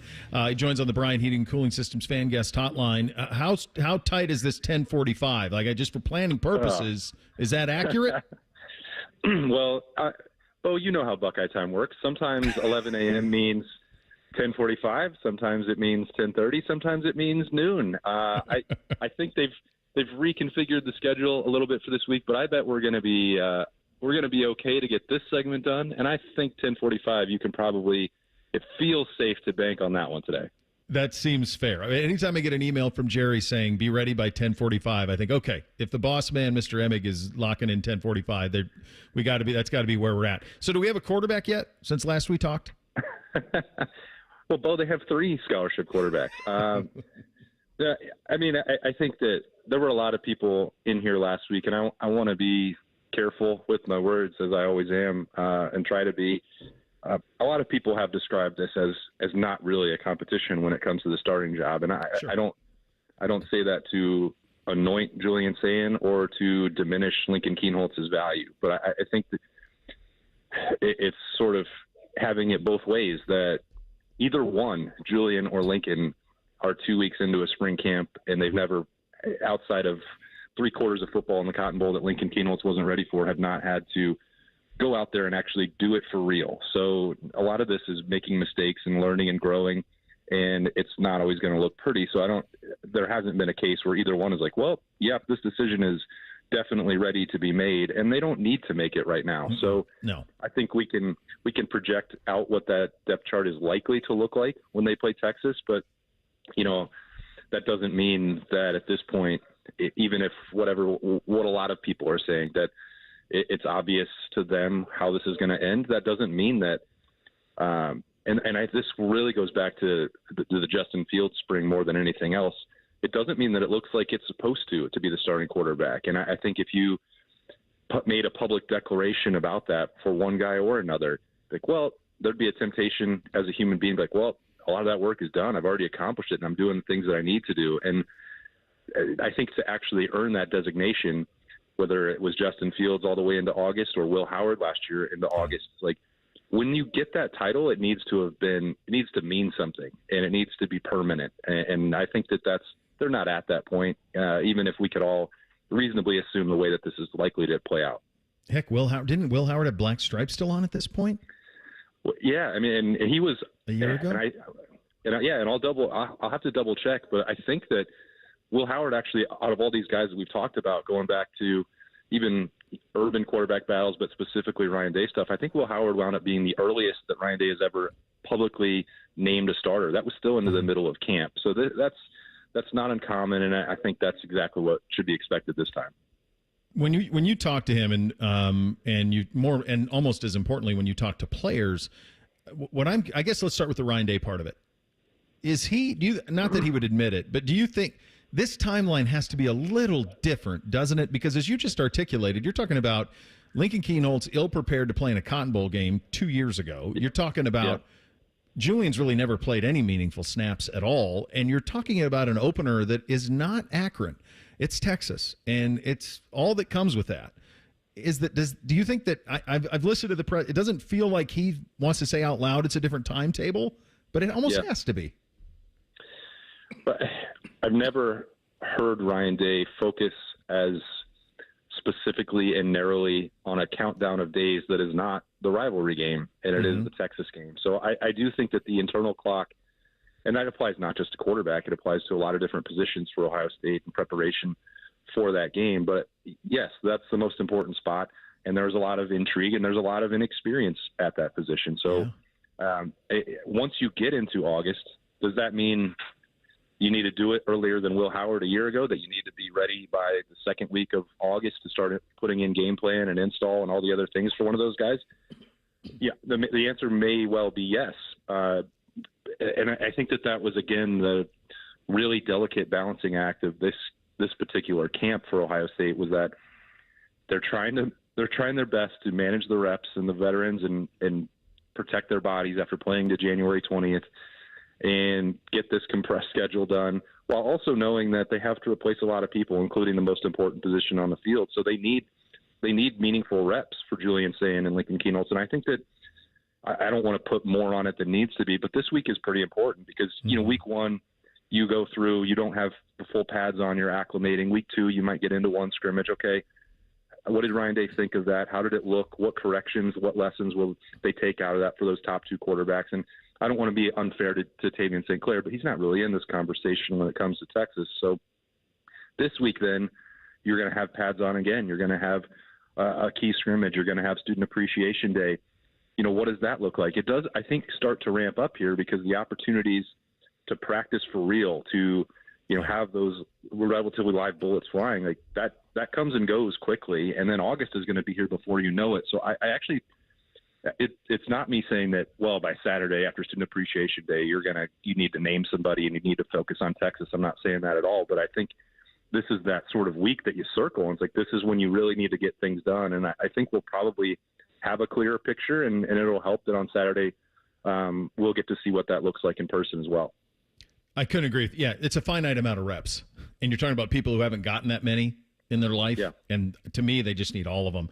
All right. We've said, look, there's another portal that's coming. And if there are needs on a roster, they can potentially go into that and buoy those needs. We're 3 weeks. This is week 3.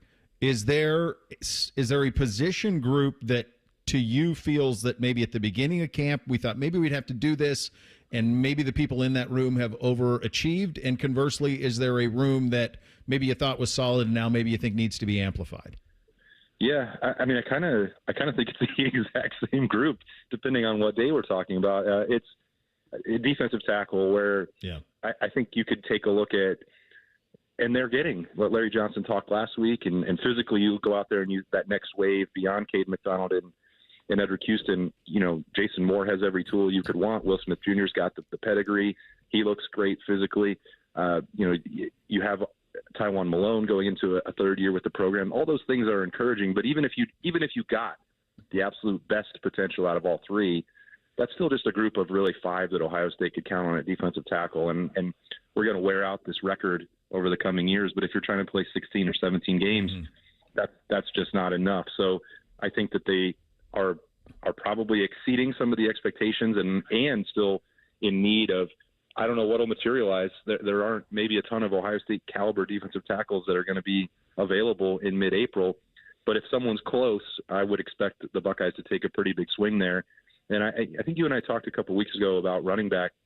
Like, could you look again there with what you don't know for sure about the health of Bo Jackson? Turbo Rogers isn't here yet, but Bo has been clear. He looks really good for a true freshman. Carlos Lachlan, really excited about the position group there. And C.J. Donaldson, I have just been marveling at the athleticism and how much he's changed seemingly his body and approach and the potential production he could provide.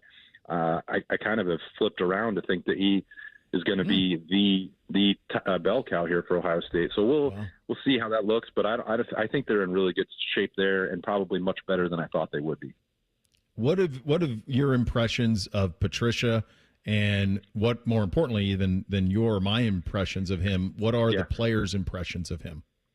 Yeah, it's been. I've talked to Matt Patricia a couple times outside of the press conferences, and it's just like, hey, I have this question. I don't know how it works, and he'll spend 15 minutes. He told me last week, he's like, I just really like explaining and coaching ball. He's getting ready for the coaches clinic next week, which is one of my favorite times on the calendar because I'm a rank amateur out there, and he's taking a lot of time. And if he's doing that with me, I mean, that's after spending 20 minutes with CJ Hicks working on a thing that he wanted to emphasize coming off the edge. I think the relationships that he's built, everything he's done here does not match, I think, the perception that people had of him from Detroit or from the Bill Belichick, tree. He has been very personable. I think recruits are also responding to that. Berm's been having a number of conversations about that, and they've been having guys in and out of this facility over the last month or the last couple of weeks. Everything so far has been really positive, and that doesn't mean that it's done. It's early. Sometimes you have a honeymoon phase, but my encounters with him, and I think by and large the entire staff and the people in the building, sports information, training staff, wherever, everybody has been really impressed with him, and maybe that's just because there was so much uncertainty and a low bar for what the personality was going to be like, but he has vaulted way past that, and he just looks like a major asset and a big time pickup there to replace Jim Knowles. They've crushed those hires. They really have. Thanks for making time for us a little bit early, buddy. Always great talking to you, and look forward to Ryan Day. And according to you, we can put it in Sharpie at 10:45 sharp. Well, I'm telling you now, Bo. I mean, C.J. Barnett just walked through the doors off the practice field, so there's movement in the hallway. So it makes me think that we are going to be on schedule. All right, buddy. Good talking to you. All right, see ya.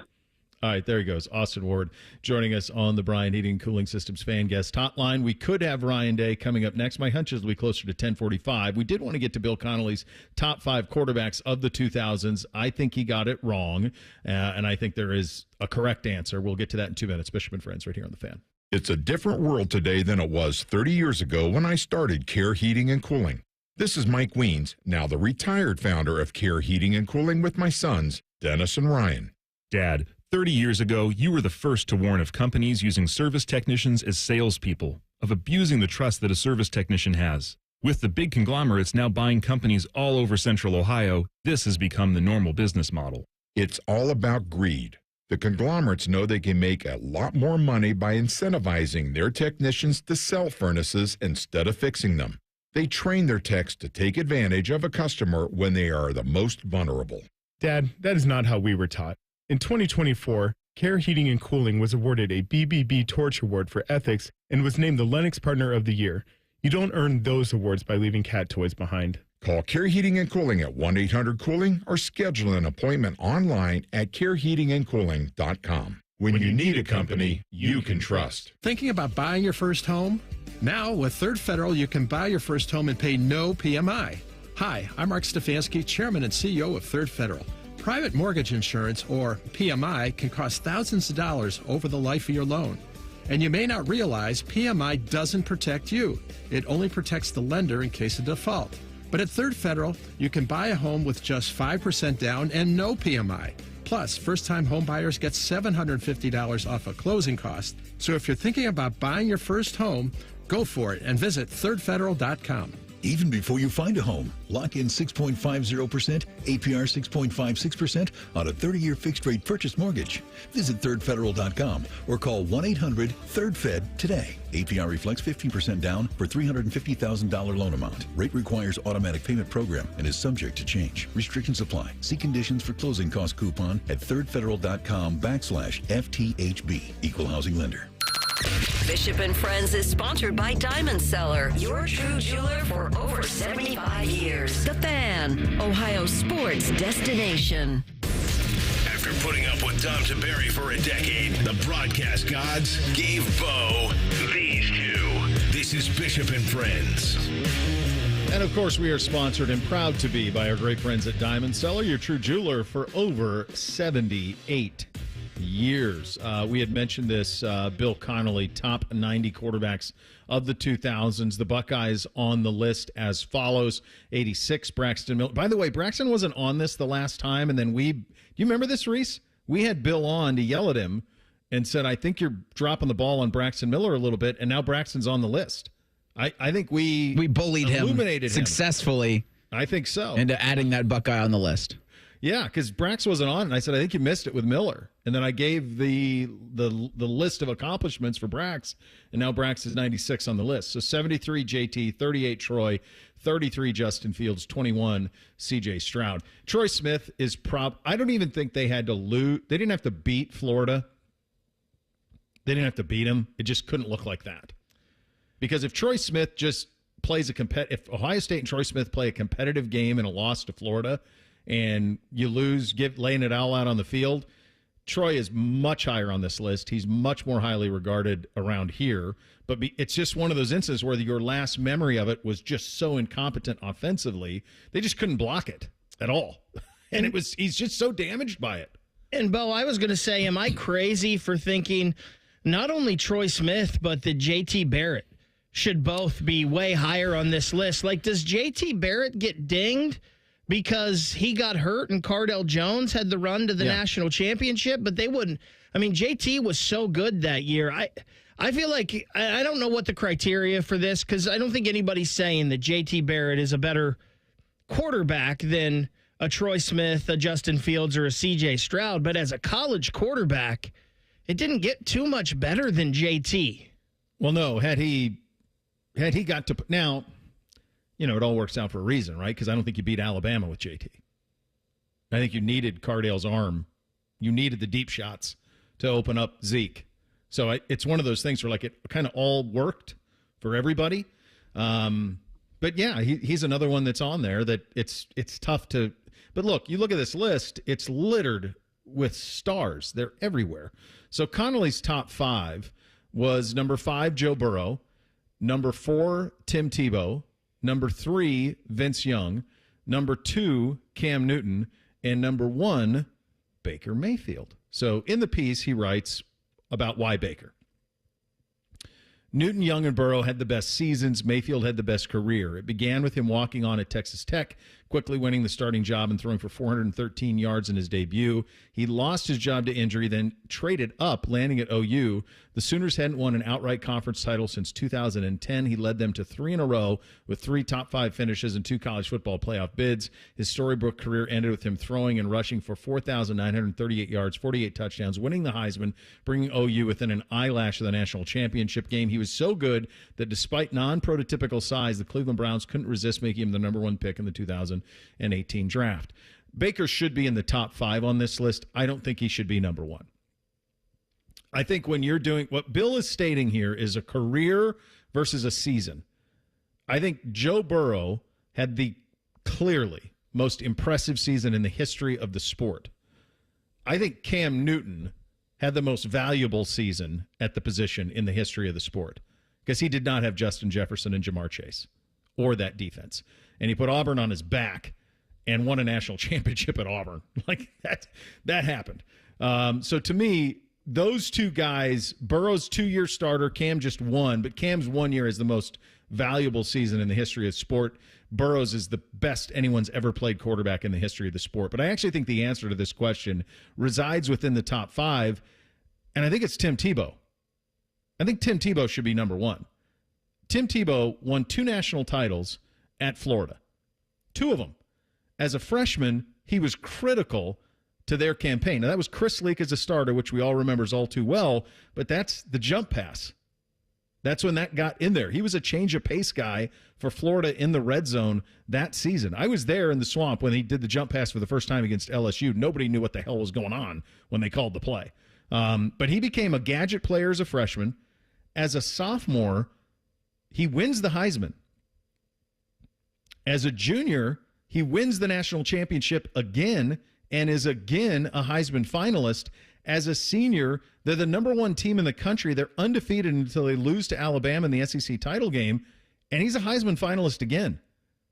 So whatever became of him as an NFL player, from a college career standpoint, 2-time national champion, the big reason his junior year they won it, his freshman year central role, won a Heisman, and a 3-time finalist. You can look at Bill's stuff all you want. I don't see any scenario where Baker Mayfield's better than that.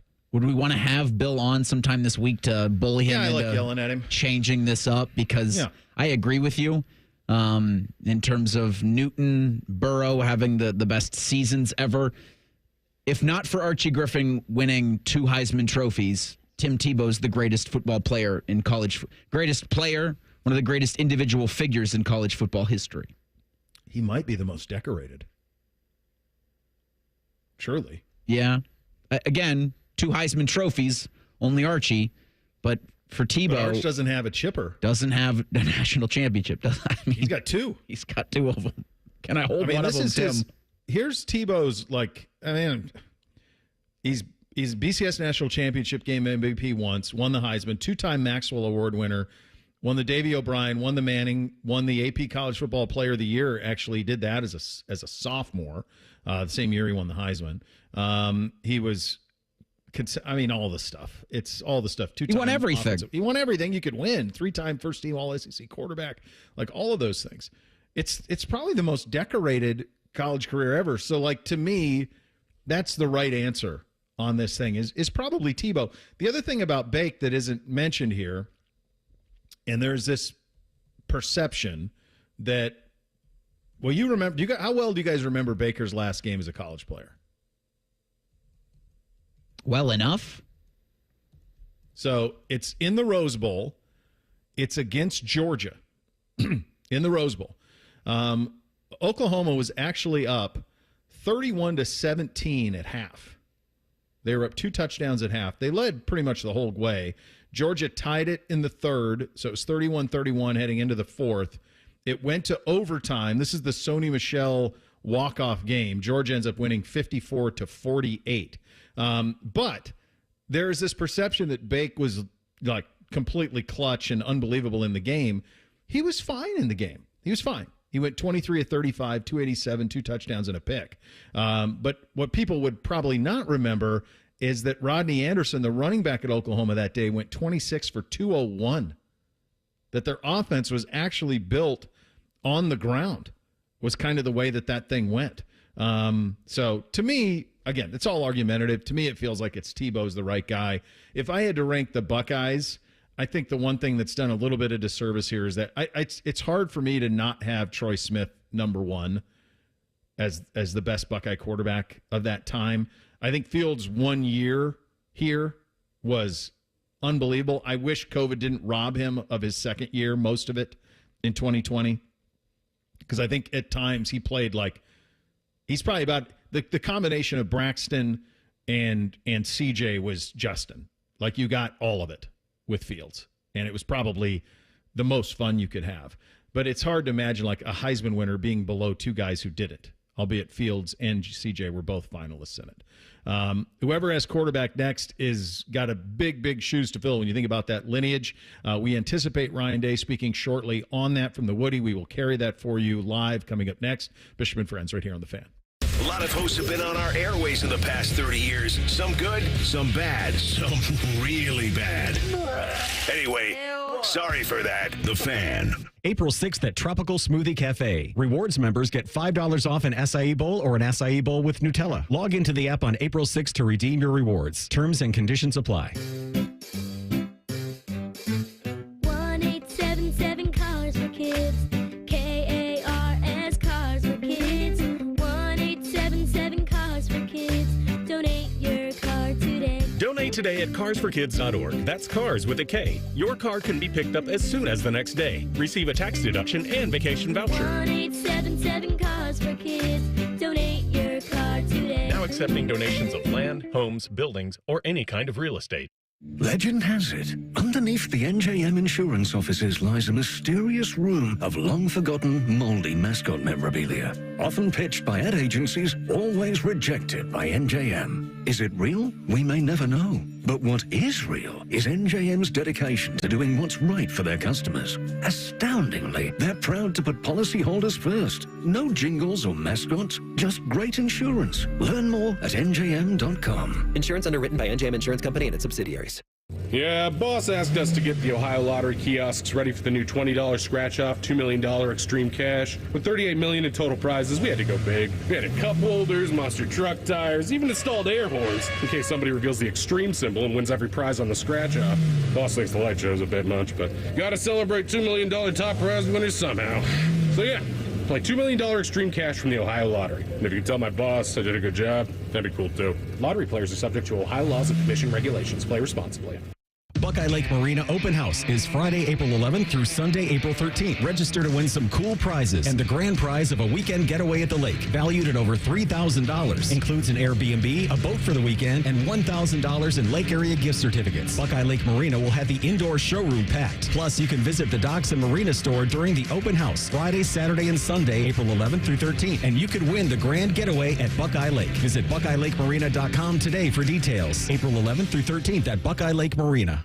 Hey, what's up? It's T-Bone. Guys, listen up. How many of you out there have been diagnosed with sleep apnea? Maybe your partner can't tolerate your snoring every night. You can't stand your CPAP machine. I totally get it.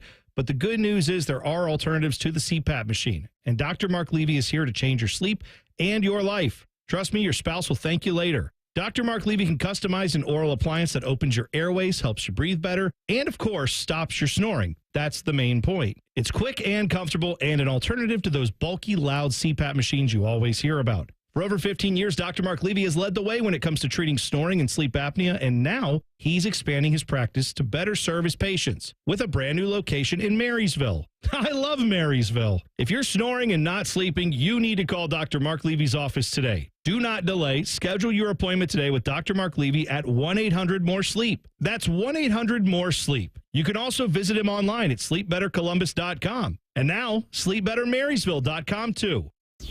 I hope you're ready for all the Jackets talk you can handle. Join us Wednesday night at 7 for the Inside Edge. Sponsored by Visit Central Florida. Discover the real Florida magic at visitcentralflorida.com. The Fan. If you're 55 and up, T-Mobile has plans built just for you. 2 lines of unlimited for just $30 a line. That's a 45% savings compared to Verizon and AT&T. But don't just take our word for it. It's not just the savings that are great with our T-Mobile plan. There's all this value from all these other things that T-Mobile offers. T-Mobile has been such a savings for us. We love it. Switch today and get 2 free 5G phones like the Motorola Edge with Turbo Power charging that gives you power for the day in just 15 minutes. And customers 55 and up can get 2 lines of talk, text, and data for only $30 a line. Go to T-Mobile.com/choice55 to learn more.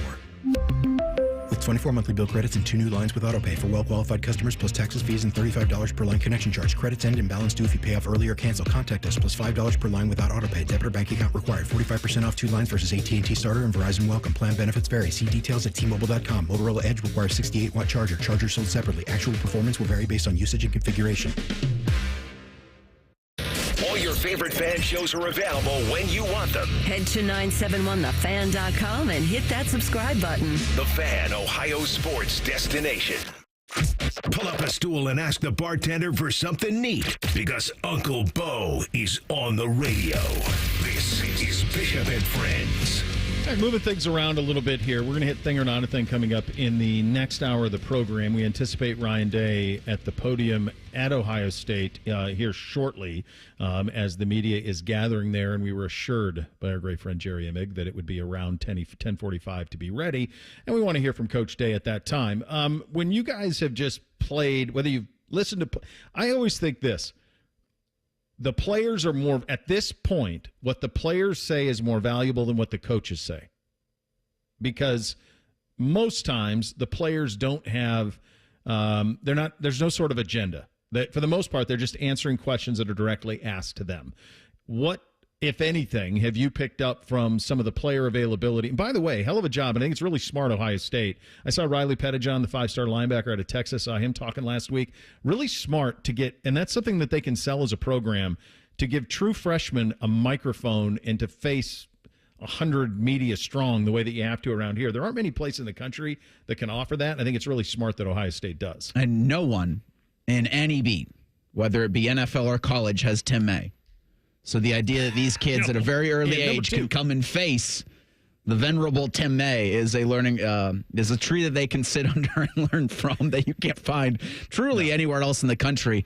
It was a former player, now coach, that got my eyes wide last week when how much James Laurinaitis gushed about Peyton Pierce. Mm-hmm.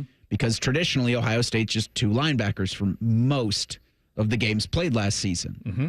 Now, you could say, well, there was one linebacker where he had his hand in the grass. Like, all right, fine. Is Peyton Pierce this year's Arvell Reese? And is there a position or a moment in time where you've got to put Pierce on the field with Arvell and with Sonny Styles? Like, your best 11 have to play in moments. And at what point do we just say, well, Peyton Pierce has got to see the field? Well, I see him in that 26, and I just think of Tyler Moeller. That's what all I see when I see him. I just... Tyler was basically just a heat-seeking missile. It's interesting, Reese, because from the audio that we heard last week, I took that from James as well. Like, Peyton Pierce is going to have a role on this football team this year. Some way, somehow. It's just, what is that role? Maybe we see Ohio State in more 3 linebacker sets this year under a new defensive coordinator. I also thought it was interesting hearing Keenan Bailey just talk about that tight end room and the tightness of it, and how, that tight end room is very strong and very athletic, and it should be really good. I thought it was interesting hearing some of the linebackers talk about Matt Patricia and just the difference in the defense between this year and last year from what they've seen so far, and how Matt Patricia may just be a different, I don't know if it's better or more, but a different kind of energy in the defensive room this year. Well, to be fair, you went from a guy who I would quite honestly pay to read bedtime stories to my kids when they were little, and Jim Knowles. That's not a knock. That's just the way the tenor of his voice was such that it was to me, like, just put you to sleep. Now, wildly competent, and was unbelievable last year with the number 1 defense in the country. And that's what got him the job at Penn State, and he got the pay increase and everything that came with it. But there's no question that this is a drastic change. I think one thing that's come of this in terms of Patricia is you realize that, and maybe he has some regret too, and I think he even mentioned this in his first availability, like a little bit of regret about how he played the Lions situation. Because the one thing that I think we've learned from Patricia's availability, the way that the coaches and players talk about Patricia, even from Belichick himself at North Carolina, is that there was a facade that was put on in New England by Belichick about how he expected people under him to behave publicly. And I think Patricia took that to Detroit and tried to mimic the Belichick way in Detroit while not being Bill Belichick. What do you think? And not being honest to himself. New England Bill Belichick would say about North Carolina Bill Belichick. God. Like, what's that conversation? What do you think that would be like?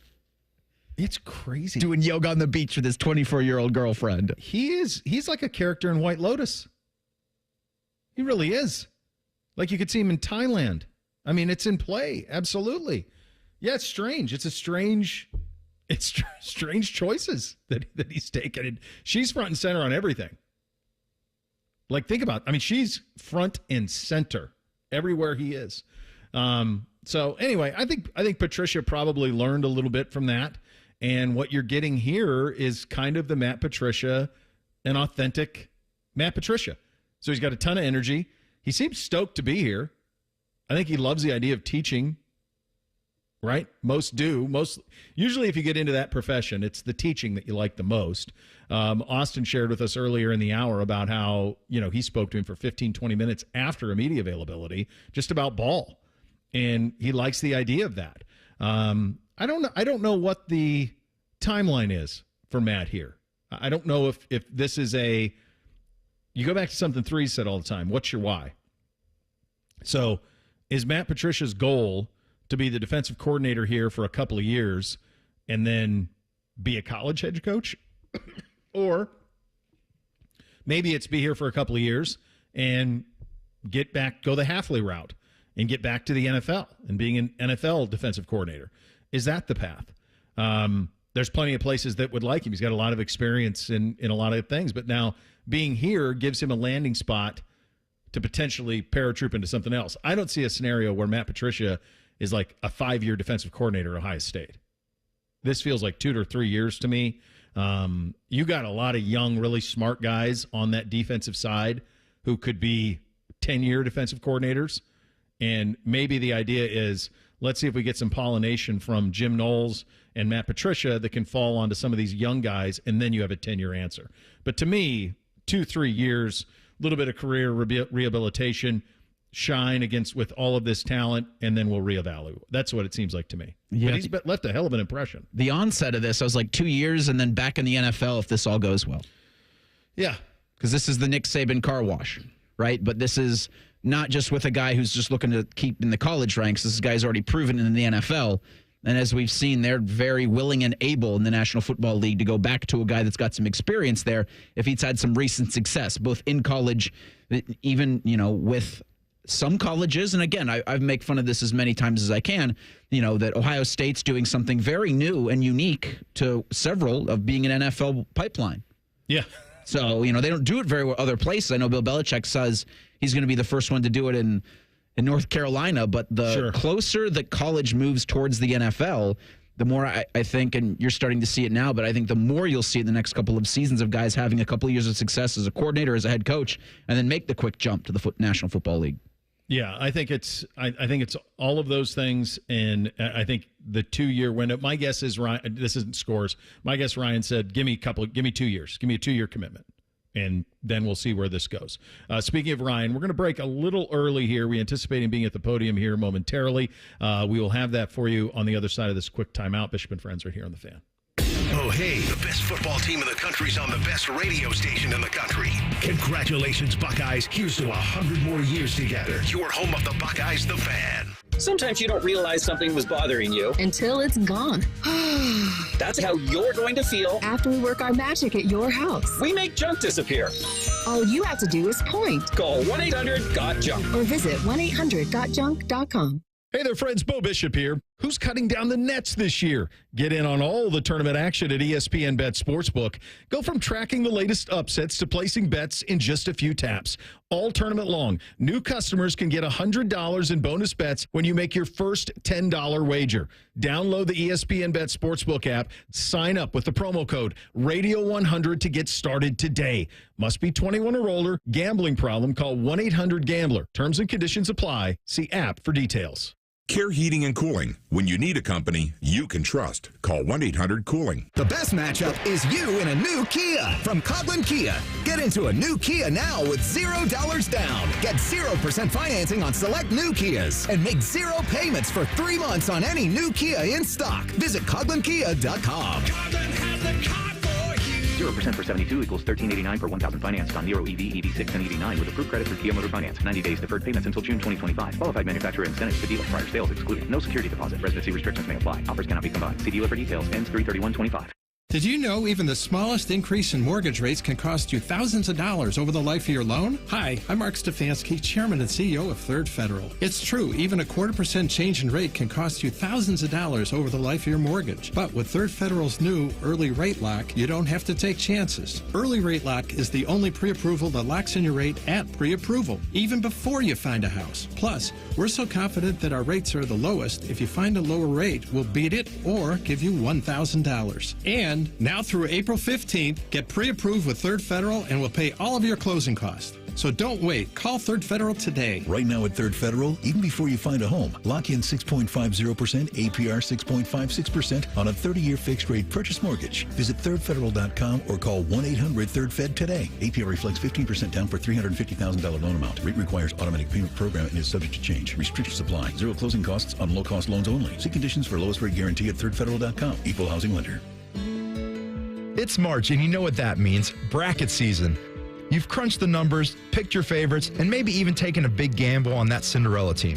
But when it comes to your home, gambling is not an option. Spring storms are rolling in, bringing strong winds, heavy rain, and unpredictable weather. The question is your roof ready? At Newman Roofing, we don't leave anything up to chance. Whether you need a new roof, gutter replacement, or updated siding, our expert team is here to educate you, guide you, and give you the best options to fit your home's needs. No high-pressure sales, no surprises, just top-quality work from a team you can trust. That's why homeowners choose Newman Roofing, the #1 overall seed here in Columbus, because we deliver an unbeatable customer experience every single time. So, don't wait until the damage is done. Beat the storm before it ruins your big dance. Call 614-NEW-ROOF. That's 614-NEW-ROOF, or visit online at newmanroofing.com to schedule your spot this spring. Don't just get a new roof, get a Newman roof. You still thinking job change in the new year? Yeah, I need something that's in high demand and more stable in this economy. IT? Yeah, cybersecurity, maybe even AI. That's what I did. Really? How? Went to My Computer Career. You don't need any prior experience, and you could start your new career in a matter of months. A lot of IT pros go to school there, too, to level up. Sweet. Are classes online or on campus? Both. Well, I'll check it out. Thanks. Make this your year. Take the free career evaluation now at mycomputercareer.edu. Financial aid is available for qualified students. Who's cutting down the nets this year? Get in on all the tournament action at ESPN Bet Sportsbook.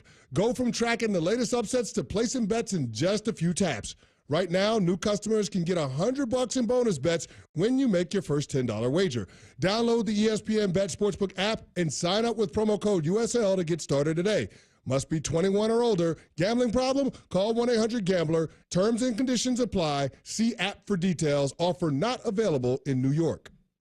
Vivid Seats is your ultimate destination for basketball and hockey this season. With a game-changing rewards program and an unbeatable selection of tickets, they make it easy for every fan to watch their favorite teams and players in action. Catch every one-timer and buzzer-beating 3 live and in person from your favorite seat. Plus, every ticket is backed by a 100% buyer guarantee, giving you peace of mind with every purchase. Don't miss out. Visit vividseats.com or download the app today. Vivid Seats, the official ticketing partner of ESPN.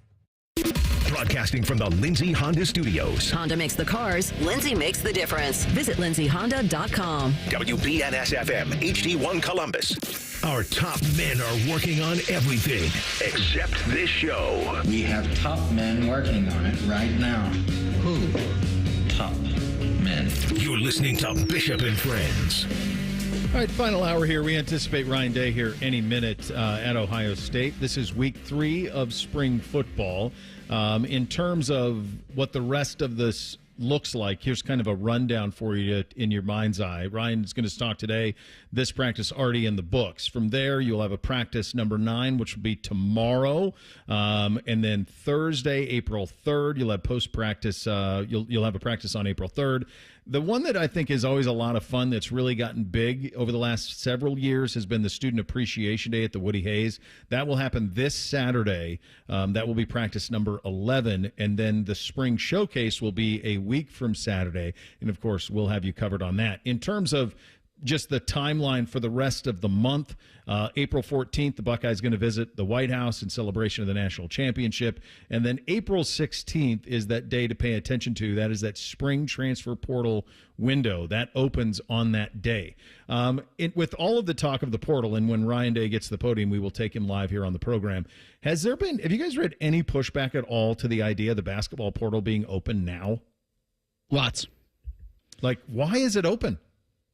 It's a very interesting question. I think Tom Izzo was pretty I think Tom Izzo came out last weekend after one of their games and had some pretty strong words about it, and it shouldn't be this way. And I think Kevin Willard might have even had some of his things that we played last week too. But why not just have it at the same as the basketball window? I mean, the football window, rather. This window that's open right now in men's basketball does not align with anything. Academically, it makes no sense. It makes no sense from an athletic standpoint because you're still in season. I mean, Calipari had that great presser after they advanced to the Sweet 16 where he didn't know that the portal opened Monday. I think I saw something, Bo, for kids that did not make the NCAA tournament and whatnot. It gives them a chance to get to their new school and start at whatever point it is, but it seems weird. Okay, let's say that's the case, that it allows those kids to get their school quicker and get to practicing and all of that. We're still pretending that they're going to school, aren't we? Oh, yeah, that's what the NCAA said when they turned down Colorado's request to scrimmage Syracuse. Well, you can't have these kids go across the country during school. Okay, so we went, you go to an institution of higher learning. I don't know how your credits are going to transfer if you leave in the middle of the semester. Well, you just leave. We're well past the drop ad date, kids, at this point. Like, the semester's half over. How does that even work? How are you eligible? Because a lawyer is going to fight you for it. I just don't understand the point of opening it this early on the basketball side of things.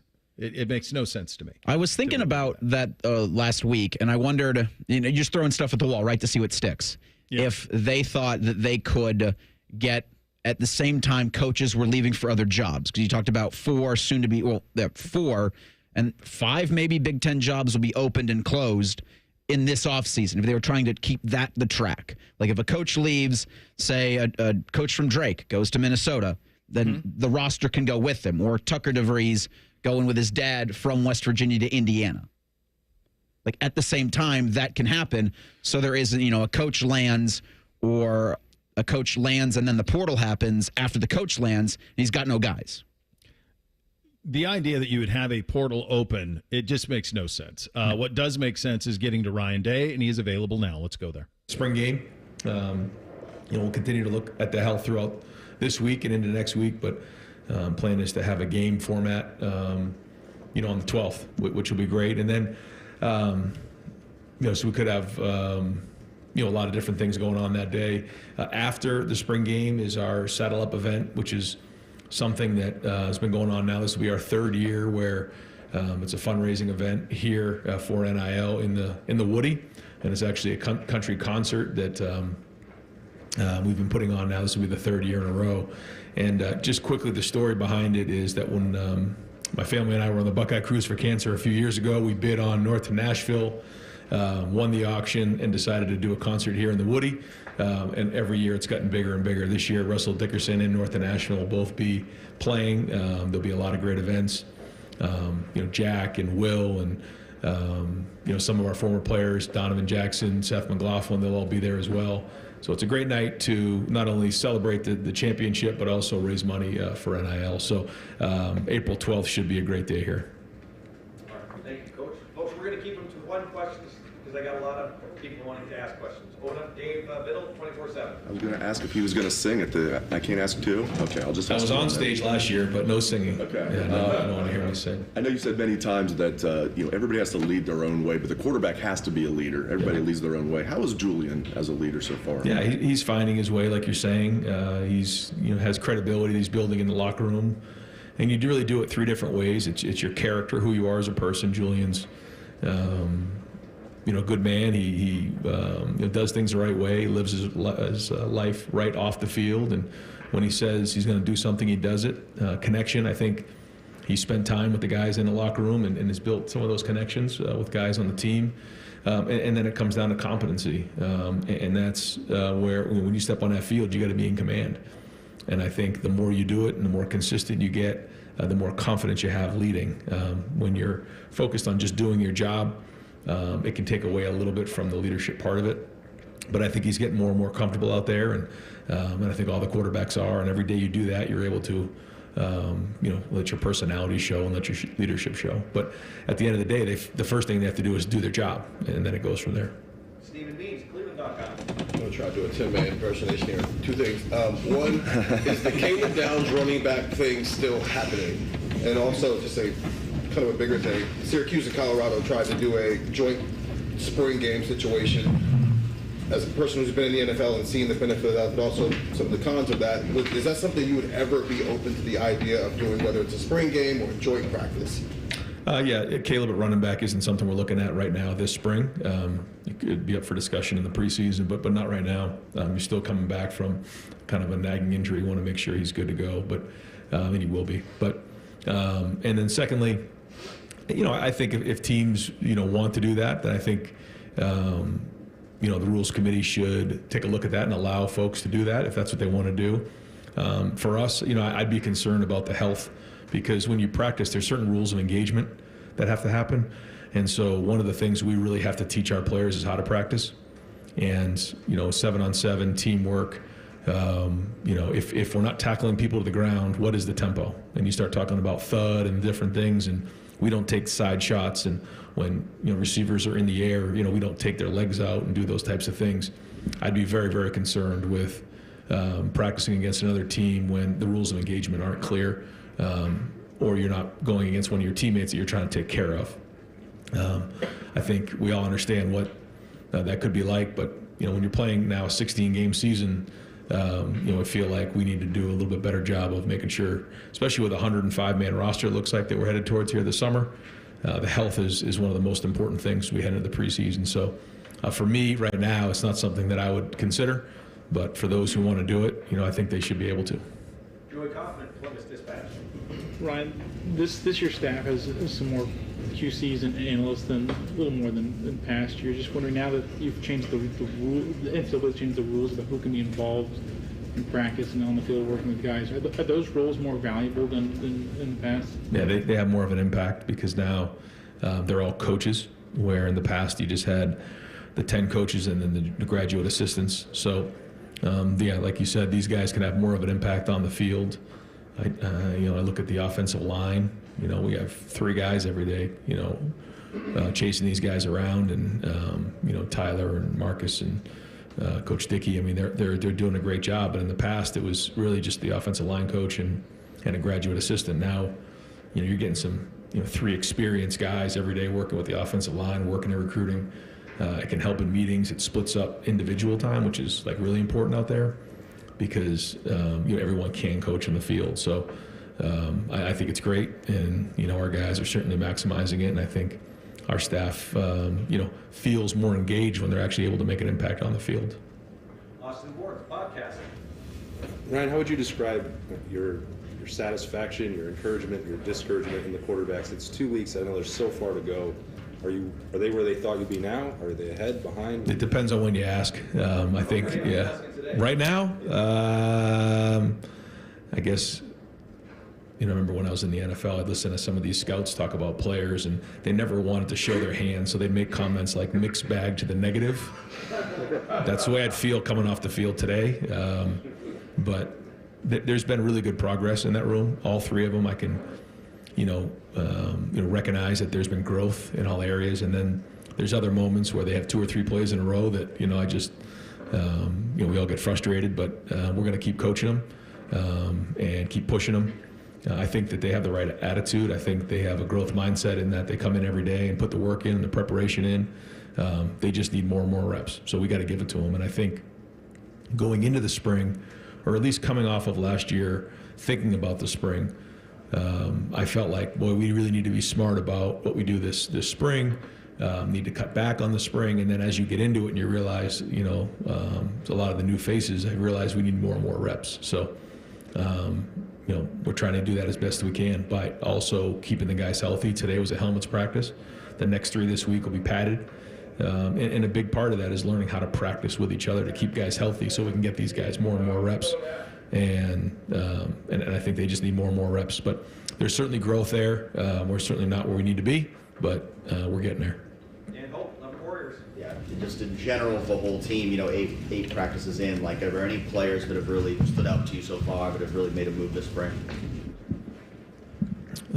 It's been good to watch CJ work and in sort of a new role. I think he's embraced it and doing a nice job. Arvell as well, you know, is doing some really good things, and it's fun to watch as you know, Coach Patricia and Coach Walton kind of put this puzzle together on the guys that we have.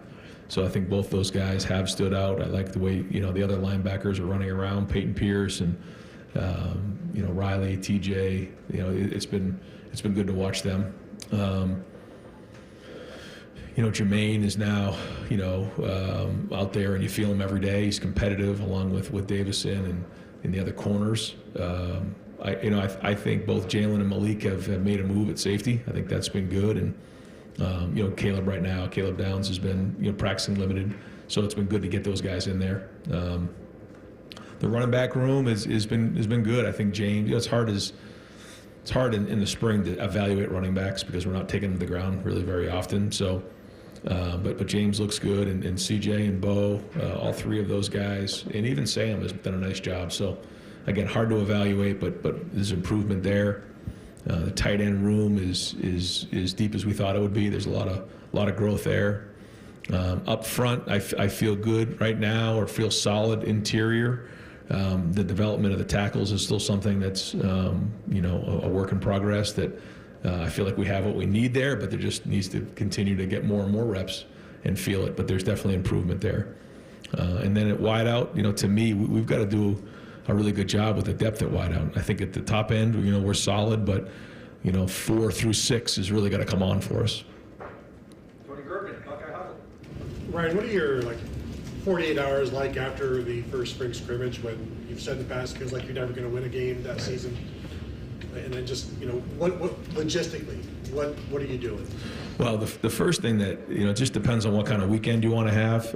If you want to have a good weekend, you make a cut up of the 1s, then you watch the 2s, then you watch the 3s. If you don't want to have a good weekend, you just watch the 1s, 2s, and 3s in order of how they practice, and then it's a long weekend.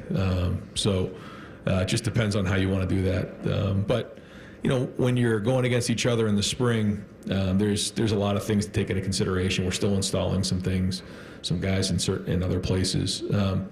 But you know, as spring goes on, typically what you see in the spring is what you see in the fall. I mean, it just kind of happens that way. So you know, we watch the film, we make adjustments, we make the corrections, and we move on. And that's the job of the coaches, but it's also the job of the players to continue to make corrections to get better. I know that seems like a little thing, but if you're continually making the same mistakes over and over again, you're not getting better. That's a problem. If you make mistakes, we get it, but you got to make those corrections. So we're in the middle of spring right now, halfway through, and a little bit more than halfway through, I guess, now. And so now we got to really see those guys make improvements. It's really important. If we're just kind of flatlining there, that's not a good sign. Matt Murphy, 24/7 Sports. Ryan, there's obviously a lot of discussion about the quarterbacks this offseason. When we talked to them, they said they kind of tune out that noise as much as possible. Is that a good preparation for whichever guy wins this job? He's going to have ups and downs. There's going to be conversation about his performance. Can that help kind of train them to tune that out, or however you want to phrase it? Yeah, they're going to have to be that way. You're not really used to it until you're in it. When you go through the recruiting process, everything is positive. There's really no negative. I guess maybe for somebody who may flip their decision or something, they may feel some negative pushback from like a fan base, but other than that, everything is positive. And then whether the young new guy, everything's positive. And then it can turn negative real quick. And so you have to, whether it's the positive feedback or the negative feedback, you can't let it affect you. And more importantly, you can't let your family get affected by it, because that's, you know, something that happens a lot is, you know, family members can start to get involved and start to feel a certain way. And so it's all something that we talk about in the recruiting process, that we have to continually, like you said, ignore some of the noise that's going on. And, you know, these guys, all 3 of them get along well, you know, and it's good. And, you know, these are young guys, and, You'd like to think that, it'll be like Will did last year, who's, an older guy, and he's 6'5", and he's been around for a while, and he was able to sustain throughout 16 games. But the truth is, when you look around the country, that doesn't always happen that way. So, my guess is that we're going to need all three of these guys. And who knows? Who knows where it's going to go? I don't have a crystal ball. But that relationship in that room is going to be important. And ultimately, that room has to be the best quarterback room in the country. That's the expectation at Ohio State. Now, there you go. Ryan Day, his press conference after the start of week 3 of spring football. Lots of stuff to unpack there. We will do that. Some things I took note of that certainly were attention-getting for me. We will do that. We will blitz the weekend coming up next. Bishop and Friends right here on The Fan. We have so many local shows, I can't fit them in a 10-second promo.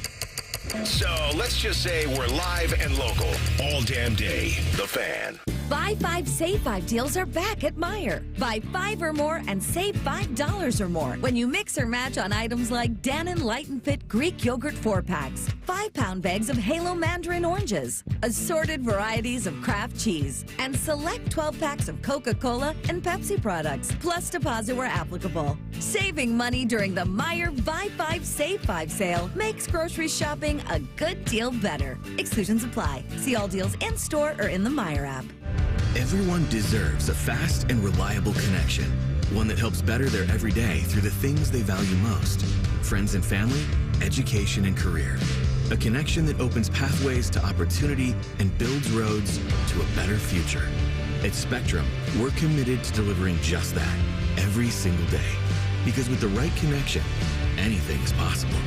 That's Life Unlimited. That's Spectrum. 1-800-GOT-JUNK makes space for possibilities. When our clean, shiny truck arrives, it's the sign of a new beginning, a clean start, a breath of fresh air. All the animals start giggling, a rainbow appears, and music fills the air. Your best friend calls with happy news. Every table has fresh flowers on it, and your nights are full of candlelight.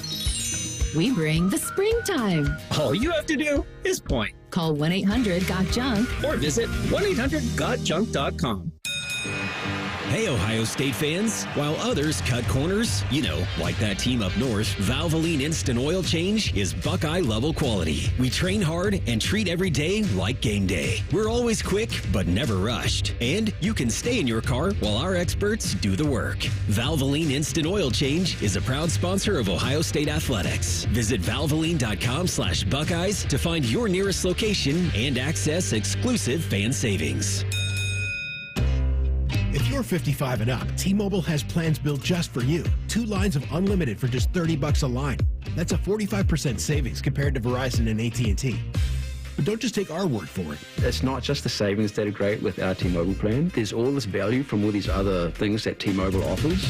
T-Mobile has been such a savings for us. We love it. Switch today and get 2 free 5G phones like the Motorola Edge with Turbo Power charging that gives you power for the day in just 15 minutes. And customers 55 and up can get 2 lines of talk, text, and data for only $30 a line. Go to T-Mobile.com/choice55 to learn more. With 24 monthly bill credits and 2 new lines with autopay for well-qualified customers plus taxes, fees, and $35 per line connection charge. Credits end and balance due if you pay off early or cancel. Contact us plus $5 per line without autopay. Debit or bank account required. 45% off 2 lines versus AT&T Starter and Verizon Welcome. Plan benefits vary. See details at T-Mobile.com. Motorola Edge requires 68-watt charger. Charger sold separately. Actual performance will vary based on usage and configuration. All of our local shows have been ranked in the top 10 in the country by our industry peers, except for Timmy Hall and the Buckeye Show. I was going to make a joke about it, but it's more sad than anything. Poor Timmy, the Fan. Springtime is here, and you know what that means. It's time for mulch madness. Did you know that too much mulch is bad for trees and shrubs? 2 inches of mulch is plenty. Any more and you risk causing roots to grow up and around trunks, which increases unhealthy stress, shortens tree life, and even keeps moisture from getting down to tree roots. To find out more about mulch madness or to find a certified arborist near you, visit treesforohio.org. That's trees, the number 4, ohio.org. Hello, it's John Kozik, founder and president of TurboTrack Realty. Do you want to sell your property, however, you need a little help getting through the process? Let's say you have years of belongings in the home. It needs a lot of updating, you're overwhelmed, and you may need help finding a place to go. I will help you. Visit us today at TurboTrackRealty.com or call me now for an all-cash offer and, more importantly, the help you need at 614-470-2000, 614-470-2000. Fan weather. From the Logan AC and Heat Services Weather Center. Temperatures will be in the 50s, but dropping as we head throughout the day, and we'll see cloudy to mostly cloudy skies. For tonight, lows overnight down into the upper 30s and mostly cloudy, giving way to more sunshine on Tuesday and highs in the mid-50s. For The Fan, I'm meteorologist Meredith Garfalo with your 10 weather impact forecast. Here's a listener tweet. Can I tase Common Man in the nuts? Fine by us, but he may like it. Common Man and Tebow. Weekdays from 3 to 6. The Fan. If you love a good pie analogy. Think of the cap as a pie, and once you take out one piece, there's less left for the next guy. Then this is the radio show for you. You're listening to Bishop and Friends. All right, a couple of things from Ryan Day's availability that we just played here live on the program. Spring game, not spring showcase. We're having a game, so that's new. That's different. Now, let's use the term game loosely. I'm sure there will be an offense and a defense, and there will be some things that are happening, but I don't think that you're going to have a draft and you're not going to have ones versus ones or any of those type of things. But I think the reason you have to have a game, and it's important to have a game, is there's a lot of young guys who need to play in a game-like scenario in front of a bunch of people. And again, I think this all goes back to, and it's something I'd ask Ryan if I were in one of those availabilities is, and maybe they have, that's a great beat, so I'm guessing they probably have. How much is the fact that you open with Texas change the way that you have handled this spring and you will handle next fall from a timetable? Because I'm guessing it's dramatically. Because I think this is part of it. Like, he needs some young guys. He needs Bo Jackson if he's healthy. He needs him running in front of a bunch of people to see if he can run in front of a bunch of people in the first week of the season.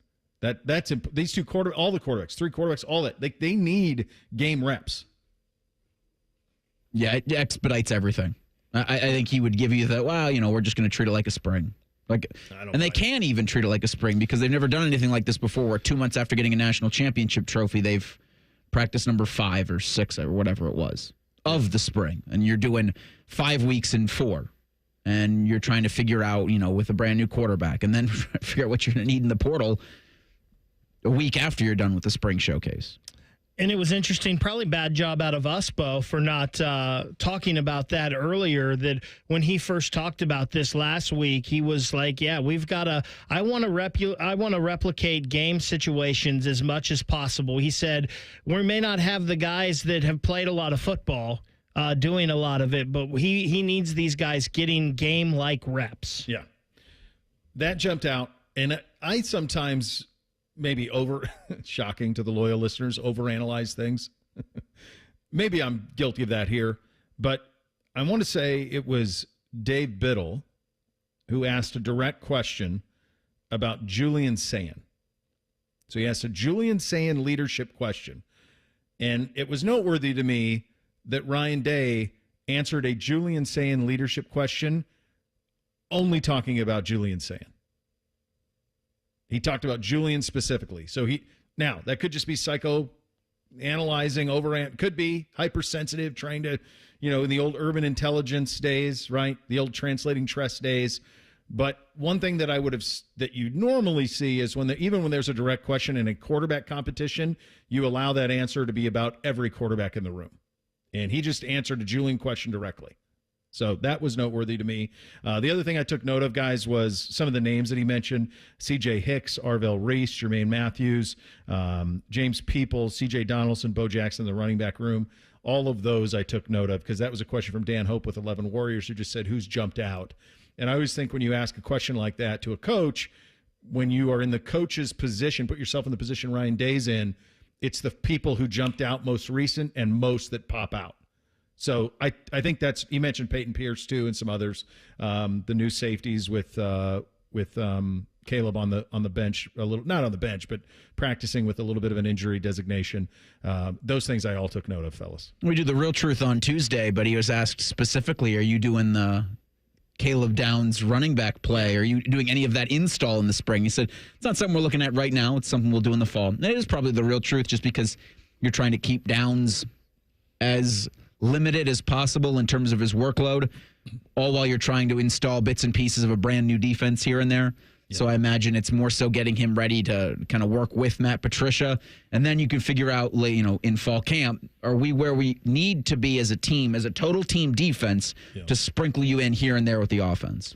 I thought it was interesting. He said it seems like they're set on the interior of the offensive line, but maybe not so much at the tackle position. And I think most of us thought, well, especially Ethan Onyanwa, he was coming in and he was going to get that left tackle starting job, and it was his, and probably Phillip Daniels, the other transfer, was going to get the right tackle job. I just thought it was a little interesting that the tackle positions aren't settled yet. I think he's trying to make them earn it. For sure. Oh, they still got black stripes. They had Austin Saravell doing teams with the reps with the ones at both tackle spots last week. So that felt very much to me like a Will Howard situation where it's like, you're not a Buckeye yet. No, you are, but you're not. Yeah, you'll get there. You'll get there. All right, let's blitz the weekend quickly here. Go ahead, fellas. Bishop and Friends present a weekend sports blitz. Sponsored by High Bank Distillery, home of the best blended whiskey in America. Grab a bottle or dine in at their 3 restaurant locations: Grandview, Gahanna, and now in Westerville. Drink local. Drink High Bank. All right, Bake, I believe I had that. What did you have? I believe I had that the Jackets needed the Sean Monahan boost, and they've gone 2-1 in his 3 games since back. He's got 3 assists in that, but maybe more importantly, he's taken 24, 24, and 19 faceoffs in those games. Coming back from a wrist injury, you thought maybe they would try to shield him from some of those faceoffs, but not at all. And the power play has at least looked like it had a little bit of life with Monahan out there. I had that Alabama or that Duke would be able to cover Alabama's shooting much better than had been done to the Tide previously, but I didn't think it looked like that. Like, they're terrifyingly good. It was very scary watching Duke just cover it all. I believe I had that a red-eye is a good idea until you are at the airport with 3 children to get on a red-eye. They're a good idea in theory, but it's pure hell. My kids, they're still not normal after it. Like, just screwed them up for 72 hours. And I kind of thought that'd be the case. I did not have that. What did you not have, Beck? I did not have, for the second time in history, that we would have all 4 number 1 seeds in the Final Four of the NCAA tournament. I thought 2 of them would get there, but I did not think all 4.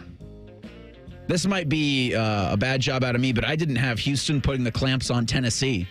The way the Cougars were able to just jump out and pretty much put a bow on that game before they went to the half. And again, a bad job out of me, maybe not having watched enough Houston basketball, but a shout out to Kelvin Sampson for that inbound play to advance them into the Elite Eight, where all of a sudden you're doing a perfectly placed bounce pass to advance them with 6 seconds left. That was a clinic. Yeah, really, really cool on that.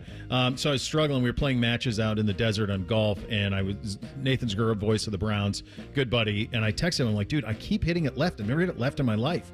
And he goes, just focus on getting the club face straight at impact.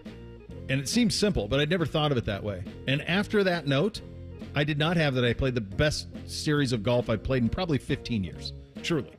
So yeah, club face straight at impact. Pretty important. Player who impressed, Bake. Who do you got? Mark Sears of Alabama in their win over BYU. 34 points, 11 of 18 shooting, 10 of 16 from 3. One shy of tying the tournament record, which Alabama as a team broke with 25 during that game. Developed in Athens. Go Bobcats. Kyle Manzardo, the Guardians' first baseman, in 3 games had 5 hits, 2 home runs, 6 runs batted in. Josh Naylor who? Huh? There you go. I got to tell you, the Iron Eagle, Grant Hill, Bill Raftery team is awesome. That is a perfect mix of pros across the board, and then Rafferty's just genius. It's just great. I've really enjoyed them all tournament long. Player who disappointed, Beck? Mark Sears in their loss to Duke on I'll go Bobcats. The other day. Just 6 points for him, 5 turnovers. He really did not have a very good NCAA tournament outside of that game against BYU. 2 of 12 from the field, just 1 of 5 from the 3-point range. Oh my, how the tables can turn in just a couple of days. I was disappointed in the Jackets' blue line. Ottawa's third goal scored in the second period in their loss on Saturday. It felt like one I'd seen way too many times by a Jackets team that forgot where one of Ottawa's players was. And he gets like right behind Daniil Tarasov, right behind the defense. Like it was 2-on-2 when you had Tarasov, and it felt like they put Daniil in a really bad situation, and a 3-1 hole the Jackets could not dig themselves out of. I was disappointed to see Cody McMahon in the transfer portal. Like, felt like she should have been a Buckeye for the entire career. I don't know the circumstances behind it, but it just feels like that's just Centerville girl. Like, that should have just been the whole time. It was disappointing, all of that, and the exit, too. Bud Kilmer, honorary coach of the week. Bake, who do you got? To me, it's Bruce Pearl. The end of their season did not go well. They were not playing well coming into the NCAA tournament, but he sure has Auburn back on track. And I know some people don't like him, and he hasn't always played by the rules, but I love Bruce Pearl. I think he's so fun, and that's why we had Auburn in our show bracket, because we'd love to host a coach's show with him. And That's right. I'm secretly rooting for Bruce Pearl to win an NCAA tournament. Yeah, Bruce Pearl's mine as well. It's just for the fact that he was the one Final Four team that I had in my personal bracket. I had 3 of the 4 in my personal bracket. I had the Houston, I had Houston, Duke, and Auburn. Had St. John's in the other one. He's mine too. I just think he's a really likable dude. And I do think that it would be amazing to have the NCAA hand the trophy to him, someone who's been in the old days kind of always skirting the rules of it. But he seems like he'd be a ball to play for, and the fact they built a basketball power at Auburn is hard to wrap your head around. We'll do a little thing or not a thing in 2 minutes. Bishop and Friends right here on The Fan. Confidence is key this March, both in picking the right Cinderella teams for your bracket and the right contractor for your exterior project. When it comes to your roofing, gutter, or siding needs, call the team you can trust, Newman Roofing. Call 614-NEW-ROOF today or visit online at newmanroofing.com. The best matchup is you in a new ride at Coghlan Chevrolet, Central Ohio's #1 Chevy dealer. Lease a new 25 Chevy Trax, $149 a month. Your choice, new 25 Trailblazer or 24 Blazer EV RS. Lease for $169 a month. At all 5 Coghlan Chevy locations and CoglanChevrolet.com. Together, let's drive. Coghlan has the car for you. 36, 42, and 24-month leases, 10,000 miles per year, 25 cents per mile over, $39.99 due at signing plus tax, title, and license. See dealer for details. Ends 3/31/25. Hey folks, Austin Ward here. You know, there was a time if you handed me a bread basket at dinner, it was like feeding a gator. You might lose a finger. Bread, pasta, pizza, man, carbs were undefeated in my life. That is, until Awaken 180 weight loss came in and flipped the script. Look, I've run the gauntlet of diets, and each time, carbs won by knockout. But Awaken 180 isn't a diet. It's a whole new playbook for changed up lifestyle. We all know it's necessary to lose that weight, but this is to keep it off. That constant carb craving, the one we all shrug off as normal, gone. Sure, I still love my pizza, but here's the difference. Now I don't need it. So now, most times when that waiter hustles over with a basket of temptation, I just grin, give a little nod, and wave it away like I'm passing on a 4th and long, because I'm in control now. Awaken 180 isn't just a game changer, it's a life changer. Trust me. Call them at 844-346-1800 or visit awaken180weightloss.com. Your future self will thank you. Come into your local AAA Car Care Plus and save $84 on select sets of Ford Nokian tires. Only at AAA Car Care Plus locations. And on the plus side, AAA members save more. Offer ends April 15th. See store for details. The Fan Guest Hotline is sponsored by Cosby Heating and Cooling and Bryant, doing whatever it takes to keep you and your home comfortable. The Fan. If you say something with enough confidence, it must be true. You're listening to Bishop and Friends. All right, kind of an odd, it is not 10:45, but we want to hit Ryan Day on time, so we'll do a little thing or not a thing right now. Hit it, fellas. Thing or not a thing. Sponsored by Apex Plumbing Pros. All right, this was something that made a little news this morning. Stanford's general manager, Andrew Luck, yes, that Andrew Luck, fired head football coach Troy Taylor over the weekend. This morning, they've hired Frank Reich, formerly of the Indianapolis Colts and Carolina Panthers, to be their coach just for one season. Both sides have come to an agreement that he'll just do it for this year, and they will do a nationwide coaching search starting in the fall. Thing or not a thing? Well, it's very clear that Andrew Luck is running Stanford's football operation, and he's the GM there, right? Is that the title? Yeah. So he's running football. He's running the NIL part of football. He's running all those things, and I think that is a thing. I think what I'm always curious about at a place like Stanford, which, as a reminder now, is in the Atlantic Coast Conference, okay? What do they want to be? What does Stanford want to be? I'll tell you what, go to Wikipedia and type in Stanford University and look at the endowment. Stanford could be whatever the hell it wants to be. Like, if they want to be great at football, they have more money than anybody. They can be great at football if they decide to be. It's just money, right? My guess is they're not that worried about academically making everybody fit in that, because it's the most sought-after school you can get into in the country. So, to me, it's just like, what do they want to be? It's an interesting thing because you just haven't seen this, right? You haven't seen someone come out and say it. Like, even with Chip Kelly, we all knew he would be here for just a year, we thought. But nobody came out and said that. Matt Patricia, we kind of figure he's only here for a year or two. But nobody's come out and said it. They've just come out and said, hey, look, this guy's our head coach for the year.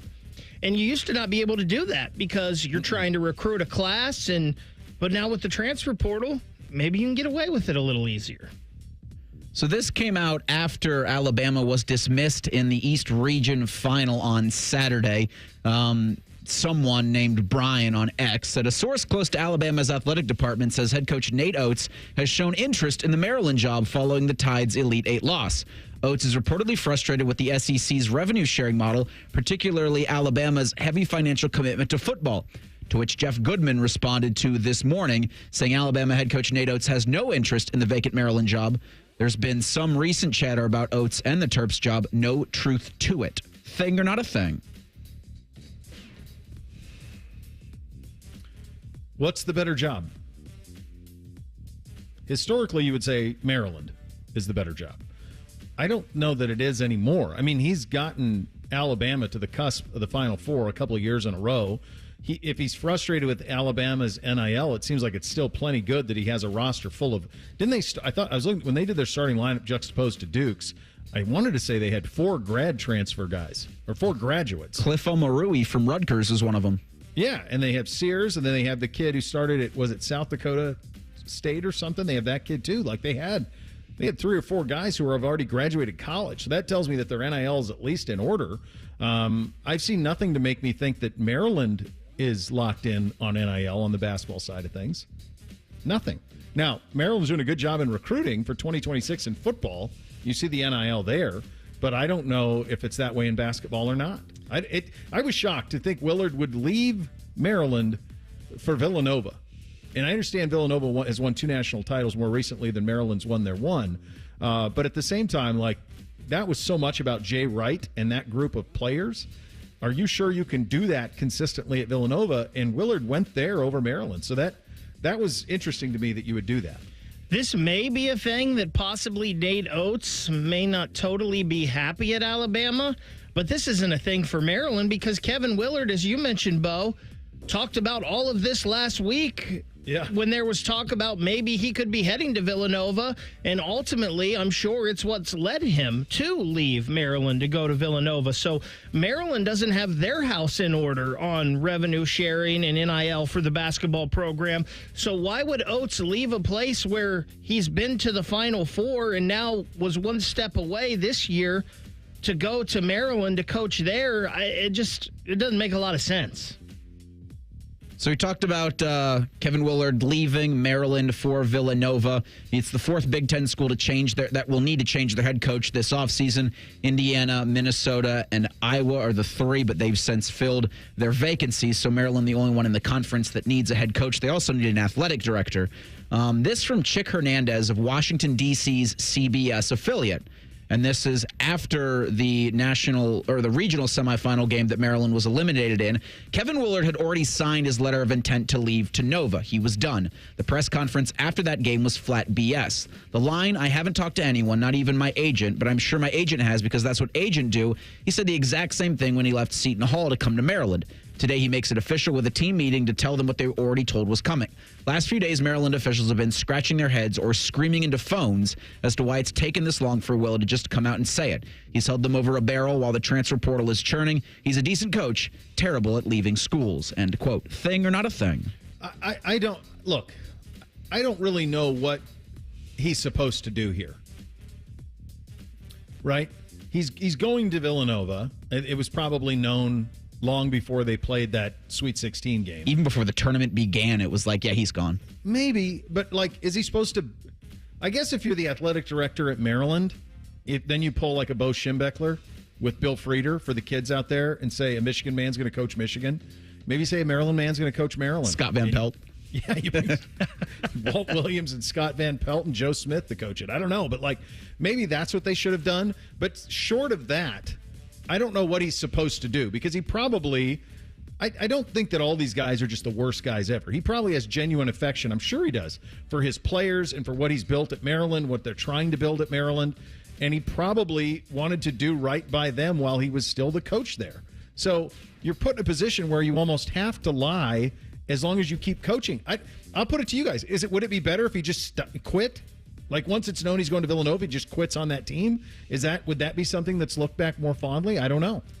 I don't think that would be looked at fondly. I guess like Will Wade just came out and said it. I'm going to NC State and I'm coaching these guys, and I know it's a little different with McNeese State and to Maryland, I guess, and it didn't seem to affect McNeese. I mean, they still came out and they played hard and they played for their coach.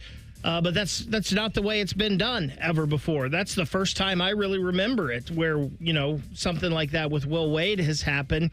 Could Maryland, if Maryland knows, they could start searching for their head coach and they could say, hey, we've got our next head coach in waiting. This guy's our coach. He's going to finish the tournament, but he's going to move on, so we're moving on. Yeah. I think the Wade part with McNeese is what changes it, though, right? You saw what it looked like when someone was honest and transparent from the start. Yeah, and I think the fact that he's at McNeese going to NC State, it's more like a logical step. In fact, there's probably some of those McNeese kids are going to follow him to NC State, I'm sure.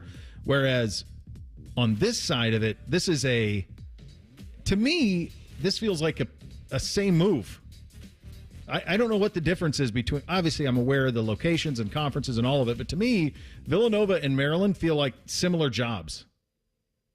It just, he said something about his boss. His boss left to become the AD at SMU. SMU, yeah.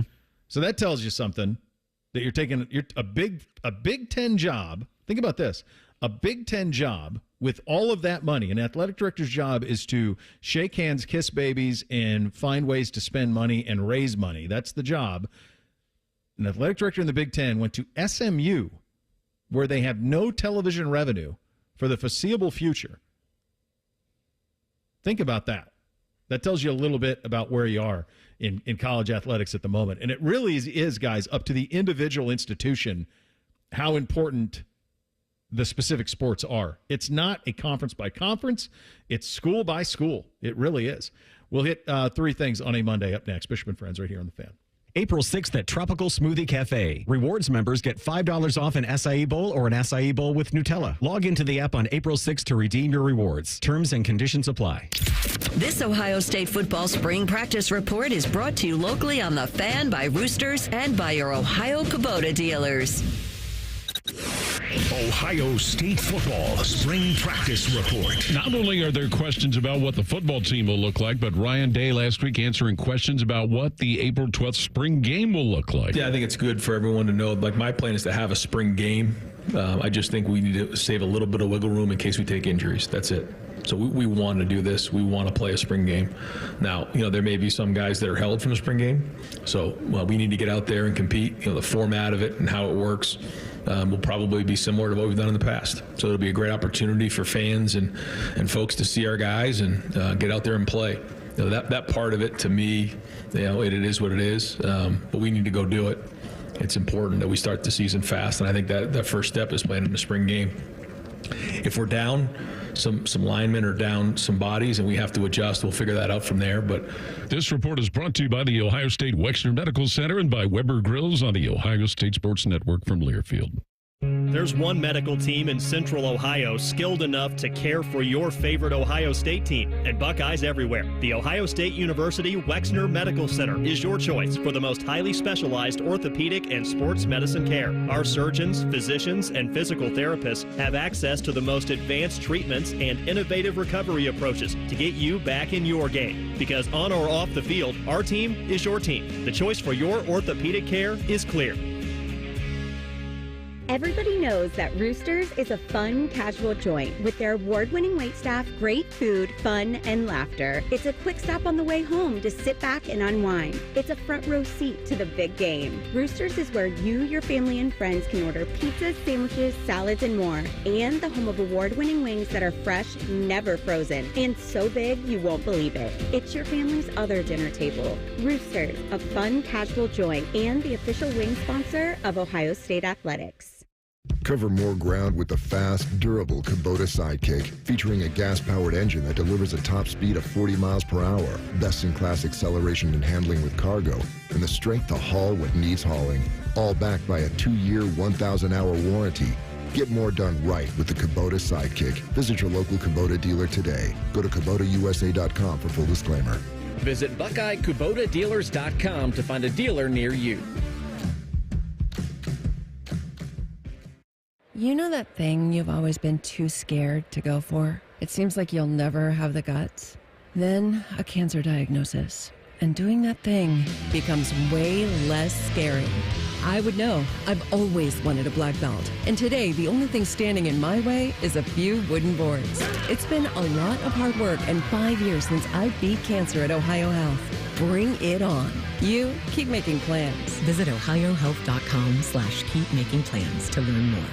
Hey, it's Anthony Rothman for my friends at Germain Honda of Dublin. Rich is caught up in the madness, and he's passing it to you for a slam dunk of deals. He's got rates as low as 0%, leases starting from $249 a month. How about a 2025 Honda Prologue all-wheel drive Elite? Lease it for $297 a month for 36 months, 30,000 miles with only $19.99 down. And he's even throwing you an extra $1,000 for your trade. More than 500 new and pre-owned to choose from. See dealer for details at Germain Honda of Dublin. Bishop and Friends is sponsored by Diamond Seller, your true jeweler for over 75 years. The Fan, Ohio sports destination. With friends like these, who needs former college football players? This is Bishop and Friends. So we were in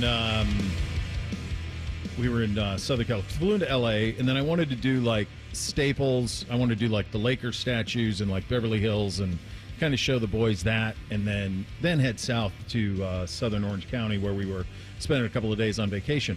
And I was thinking to myself, like, the best way to do this is probably going to be Waze. That would give me the best routes, the quickest routes through the greater Los Angeles area. If you are living in a world where you think that LA only has traffic at rush hour, continue to live in a fantasy world, because they have traffic constantly. It's a stunning thing. So I would put in these locations in Waze. So LAX is right near what is current. SoFi is right there in Inglewood, and then the new Clippers arena, which is pretty crazy looking. The Intuit Dome, it's crazy looking. So we thought we'd do that right away. So then we were on the Waze wave for the rest of that day a week ago Thursday. Waze in Southern California is drunk. It's inebriated. It's bouncing. I say keep it between the navigational beacons. There are no navigational beacons. It's running over them with the boat, okay? Like you'd be picked up. It would consistently have me in heavy traffic on the 405 or depending where we're trying to go. It would have me, at first I didn't realize what was going on. I would get off at an exit to get right back on the same exit to jump 100 cars in traffic. Truly. So imagine getting off at Sawmill and then get right back on at Sawmill so that you can pass the cars who are underneath the overpass or the exit. So it was having you do that. So I'm like, this is nuts. They had us doing that a bunch. The other thing that it would do is it would take you on incredible scenic tours around the greater Los Angeles area on the various side streets and surface roads. So for at one point, I said, boys, you haven't seen Heat yet, but this is very much where one of the shootouts happened. Let's go ahead and blow through those red lights. I said, we're right around USC. I said, and this is Boys in the Hood. This was filmed here. That's right around there. So I saw a part of Los Angeles I've never seen before. So if you're going out there and you're going to use the Waze, understand that maybe it's a little bit quicker, But you better have the stomach for it. Yeah, did you notice any time saved? Or did it feel like it was slower because of the areas you were in? No, I think I did. I think it probably did. Okay. Save you some time. Did the job. But I think it was marginally. Like, it was not lost on me. Like 6 times I would get off at an exit and then get right back on just to jump cars in line. And here's the crazy thing about it. I wasn't alone. A lot of people were using Waze and doing the same thing. Like these surface area roads I was on, I'm like, this is not a road. This is like warehouse district, refinery type stuff. And we're like driving through there like Clark Griswold and the family truckster driving into East St. Louis. And that's what it felt like. I remember one time I was using a navigation app and somehow I got it on there. I don't know how it happened, but somehow in the settings it had to use no freeways. So I kept getting on the freeway and it kept telling me to get off of the freeway. And I was like, what is going on here? Yours, though, was actually doing that for a purpose. There was a reason for it, yeah. To answer Rich's question on social, yes, I did take the boys to Nakatomi Plaza. The only one who knew what it was NBC. The other 2 did not, but NBC appreciated it. All right, time for 3 things. Hit it, guys. 1, 2, 1, 2, 3 things. All right, number 1 for me, I've been peppered from the boys with, Dad, can we move to Laguna? We can. Understandably. But we would be living on the street if we moved there. It's a stunning place. You understand, it was a place that up until probably the OC, the show that was on Fox, and Laguna Beach, the MTV show, it's probably a pocket of the world that most of us didn't really know anything about. Historically, it's, when you think of LA, it's Hollywood and Beverly Hills and Malibu and all of that. It's unbelievable. It is no question. And here's the thing. When you live in those places, you're not getting on the interstate. You're just staying in your community. But it's as great as you think it's going to be or you perceive it to be. It really is one of the few places on earth that kind of exceeds what you think it could be. I wonder if, like, the 10 years after that show, people generally in Laguna Beach were like, damn it, MTV. I think so. I don't think anybody ever moves. I think once you're there, you're like there for life. The Daily Fan Poll sponsored by Caster Connection, and it asks who will win the men's NCAA basketball tournament. They're going to crown a champion next Monday night in San Antonio. Your 4 are your final 4, which are all your number 1 seeds, Auburn, Duke, Florida, and Houston. 55% of respondents to the Daily Fan Poll sponsored by Caster Connection say it's going to be the Blue Devils. Yeah. Daggone those Blue Devils. I guess I haven't put it off till as long as I can. I could put it off a little longer, but today starts my annual taxes trek where I have to find all of my receipts for the year because I am not organized during the year and calculate all of them and add them up. And as someone that was a contract employee for last year at multiple different jobs, I get to do all that stuff. And I like to make sure I give myself at least a little bit of time to do all that because it is a lot of work and I don't want to sit down and do it all at once. So at least today after the show, when I get home, or after my update shift today, when I get home, I will at least start compiling receipts and putting them into their piles and adding them up. And oh boy, this is going to be fun. That gives me anxiety. You only got like 2 weeks, dude. Well, I mean, that's what I said. I could have waited longer. You can just not do them. Just not do them. See how that goes. Number 2 for me. One of my favorite traditions anytime I go to Los Angeles is to eat at Nate and Al's, the deli in Beverly Hills. If you've seen comedians in cars getting coffee, Jerry Seinfeld oftentimes would take the comedians in there. It's the type of place where you stumble into and you order a salad or you order like their classic Nate and Al's Reuben or their Nate and Al's pastrami sandwich, and you just look to your left and you could very easily see like Carl Reiner would be sitting in there, like that type of thing when he was still alive. Like that's the type of place that you are. There were several of those type of things that we saw when we were there, but it was cool to sit there with the boys and jam into a booth and suck down a little Nate and Al's. Hey, if you hated the way the Yankees won their series over the weekend against the Brewers because of the new torpedo bats, blame Michigan. It was former Michigan. I guess you're always a Michigan man, but a physicist at MIT was hired by the Yankees in their offseason to work on hitting. And then he now works with the Marlins, and that's where he conceived with the Yankees this idea of the torpedo bat, putting more wood near the label because that's where they found most of their hitters made contact with the baseball. The guy's name is Aaron Leanhart. And again, a former PhD from MIT, but he got his degree in electrical engineering from the University of Michigan. So like everything bad in this world, it's all because of Michigan. Is it? I feel like I want to give him a pass for this. Yeah, it is a lot more offense generated. It's kind of cool, right? And they're not breaking the rules, right? That's why I said if you hate it. Yeah, they just kind of, and it literally looks like a torpedo. Yeah, I'm in. I'm so disappointed we didn't get to talk more about the torpedo bat today. We got 3 hours tomorrow. 3 hours tomorrow, buddy. You're going to get all your torpedoes you need. Second thing for me, thanks to everyone on the fans' social medias and YouTubes and stuff that checked out our interview with Elvis Merzlikins that posted on Friday immediately after the show. It was our first edition of Slap Shots, and it's doing really well. It's really cool to hear Elvis talk about some things, maybe not hockey related all the time. Our second one will be with Kent Johnson, and that's going to be released either Thursday or Friday of this week. So thanks for everyone for checking those out. Finally, number 3 for me, and this is my advice to you out there. Pay very little attention to anything said by NFL coaches, general managers, or owners at the NFL owners meeting. It's all nonsense. It's all subterfuge. There's no truth in any of it. I am interested, dovetailing off of that, to see tomorrow they're going to vote on the tush push. Mm-hmm. People are saying that it's got support in committee. They asked Kevin Stefanski about it, and he said he's fine with it because the injury data right now, there's not enough to support banning it, which is, I think, the main argument. It's like, oh, these players could get hurt. Well, they're not. We don't see that data come about, and if it's got the approval of most of the league, then all right, but why? Last thing for me, guys, Rothman and Ice coming up next. First day with Cole as a full-time member of the Rothman and Ice. So stay tuned for that from noon to 3.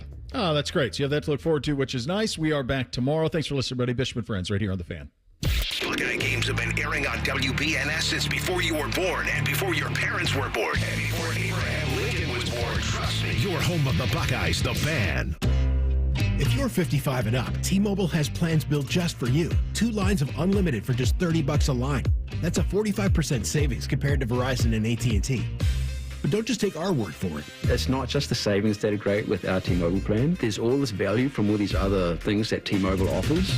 T-Mobile has been such a savings for us. We love it. Switch today and get 2 free 5G phones like the Motorola Edge with Turbo Power charging that gives you power for the day in just 15 minutes. And customers 55 and up can get 2 lines of talk, text, and data for only $30 a line. Go to T-Mobile.com/choice55 to learn more. With 24 monthly bill credits and 2 new lines with autopay for well-qualified customers plus taxes, fees, and $35 per line connection charge. Credits end and balance due if you pay off early or cancel. Contact us plus $5 per line without autopay. Debit or bank account required. 45% off 2 lines versus AT&T Starter and Verizon Welcome. Plan benefits vary. See details at T-Mobile.com. Motorola Edge requires 68-watt charger. Charger sold separately. Actual performance will vary based on usage and configuration. Hey, what's up? It's T-Bone. Guys, listen up. How many of you out there have been diagnosed with sleep apnea? Maybe your partner can't tolerate your snoring every night. You can't stand your CPAP machine. I totally get it.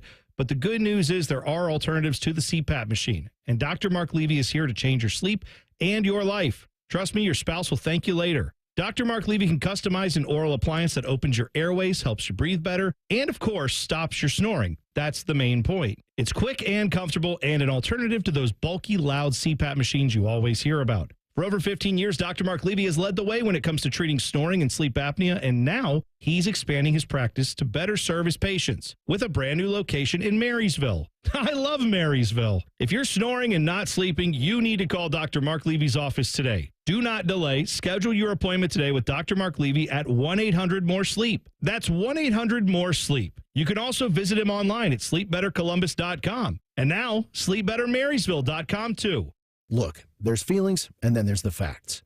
If you're feeling like your finance team is bogged down in mundane, manual tasks, the fact is, you need Ramp. Ramp is the corporate card that makes the expense process fast and easy. The moment your team makes a purchase, Ramp handles everything. Receipt collection and approvals, the works. With Ramp, you can cut your month-end close from 5 days to 1, customize approval workflows, and get complete control over every transaction. Facts. Over 25,000 businesses trust Ramp, including Shopify and the Boys and Girls Club of America, which is why they were just named #1 in spend management by G2. Facts. Start using Ramp and you'll have more time to spend scaling your business. And that'll feel really good. Upgrade to Ramp for free today and get $250 at ramp.com/radio. Ramp.com/radio. That's RAMP.com/radio. Cards issued by Sutton Bank members of FDIC. Terms and conditions apply. Good morning, Doctor. Doctor? Hi, Doctor. Doctor? Dr. Jackson's practice is growing. What do you mean we're still short-staffed? He needs a good patient doctor. How do we not have enough doctors to doctor all these patients? And he doesn't have the patience to sift through hundreds of resumes. I need Indeed. Indeed you do. When you sponsor a job on Indeed, it's easier for talented candidates to find it, which makes it easier for you to hire them. Visit Indeed.com/credit and get $75 towards your first sponsored job. Terms and conditions apply. Oh, could this vintage store be any cuter? Right? And the best part? They accept Discover. Accept Discover? In a little place like this? I don't think so, Jennifer. Oh, yeah, huh? Discover's accepted where I like to shop. Come on, baby, get with the times. Right. So we shouldn't get the parachute pants? These are making a comeback. I think. Discover is accepted at 99% of places that take credit cards nationwide. Based on the February 2024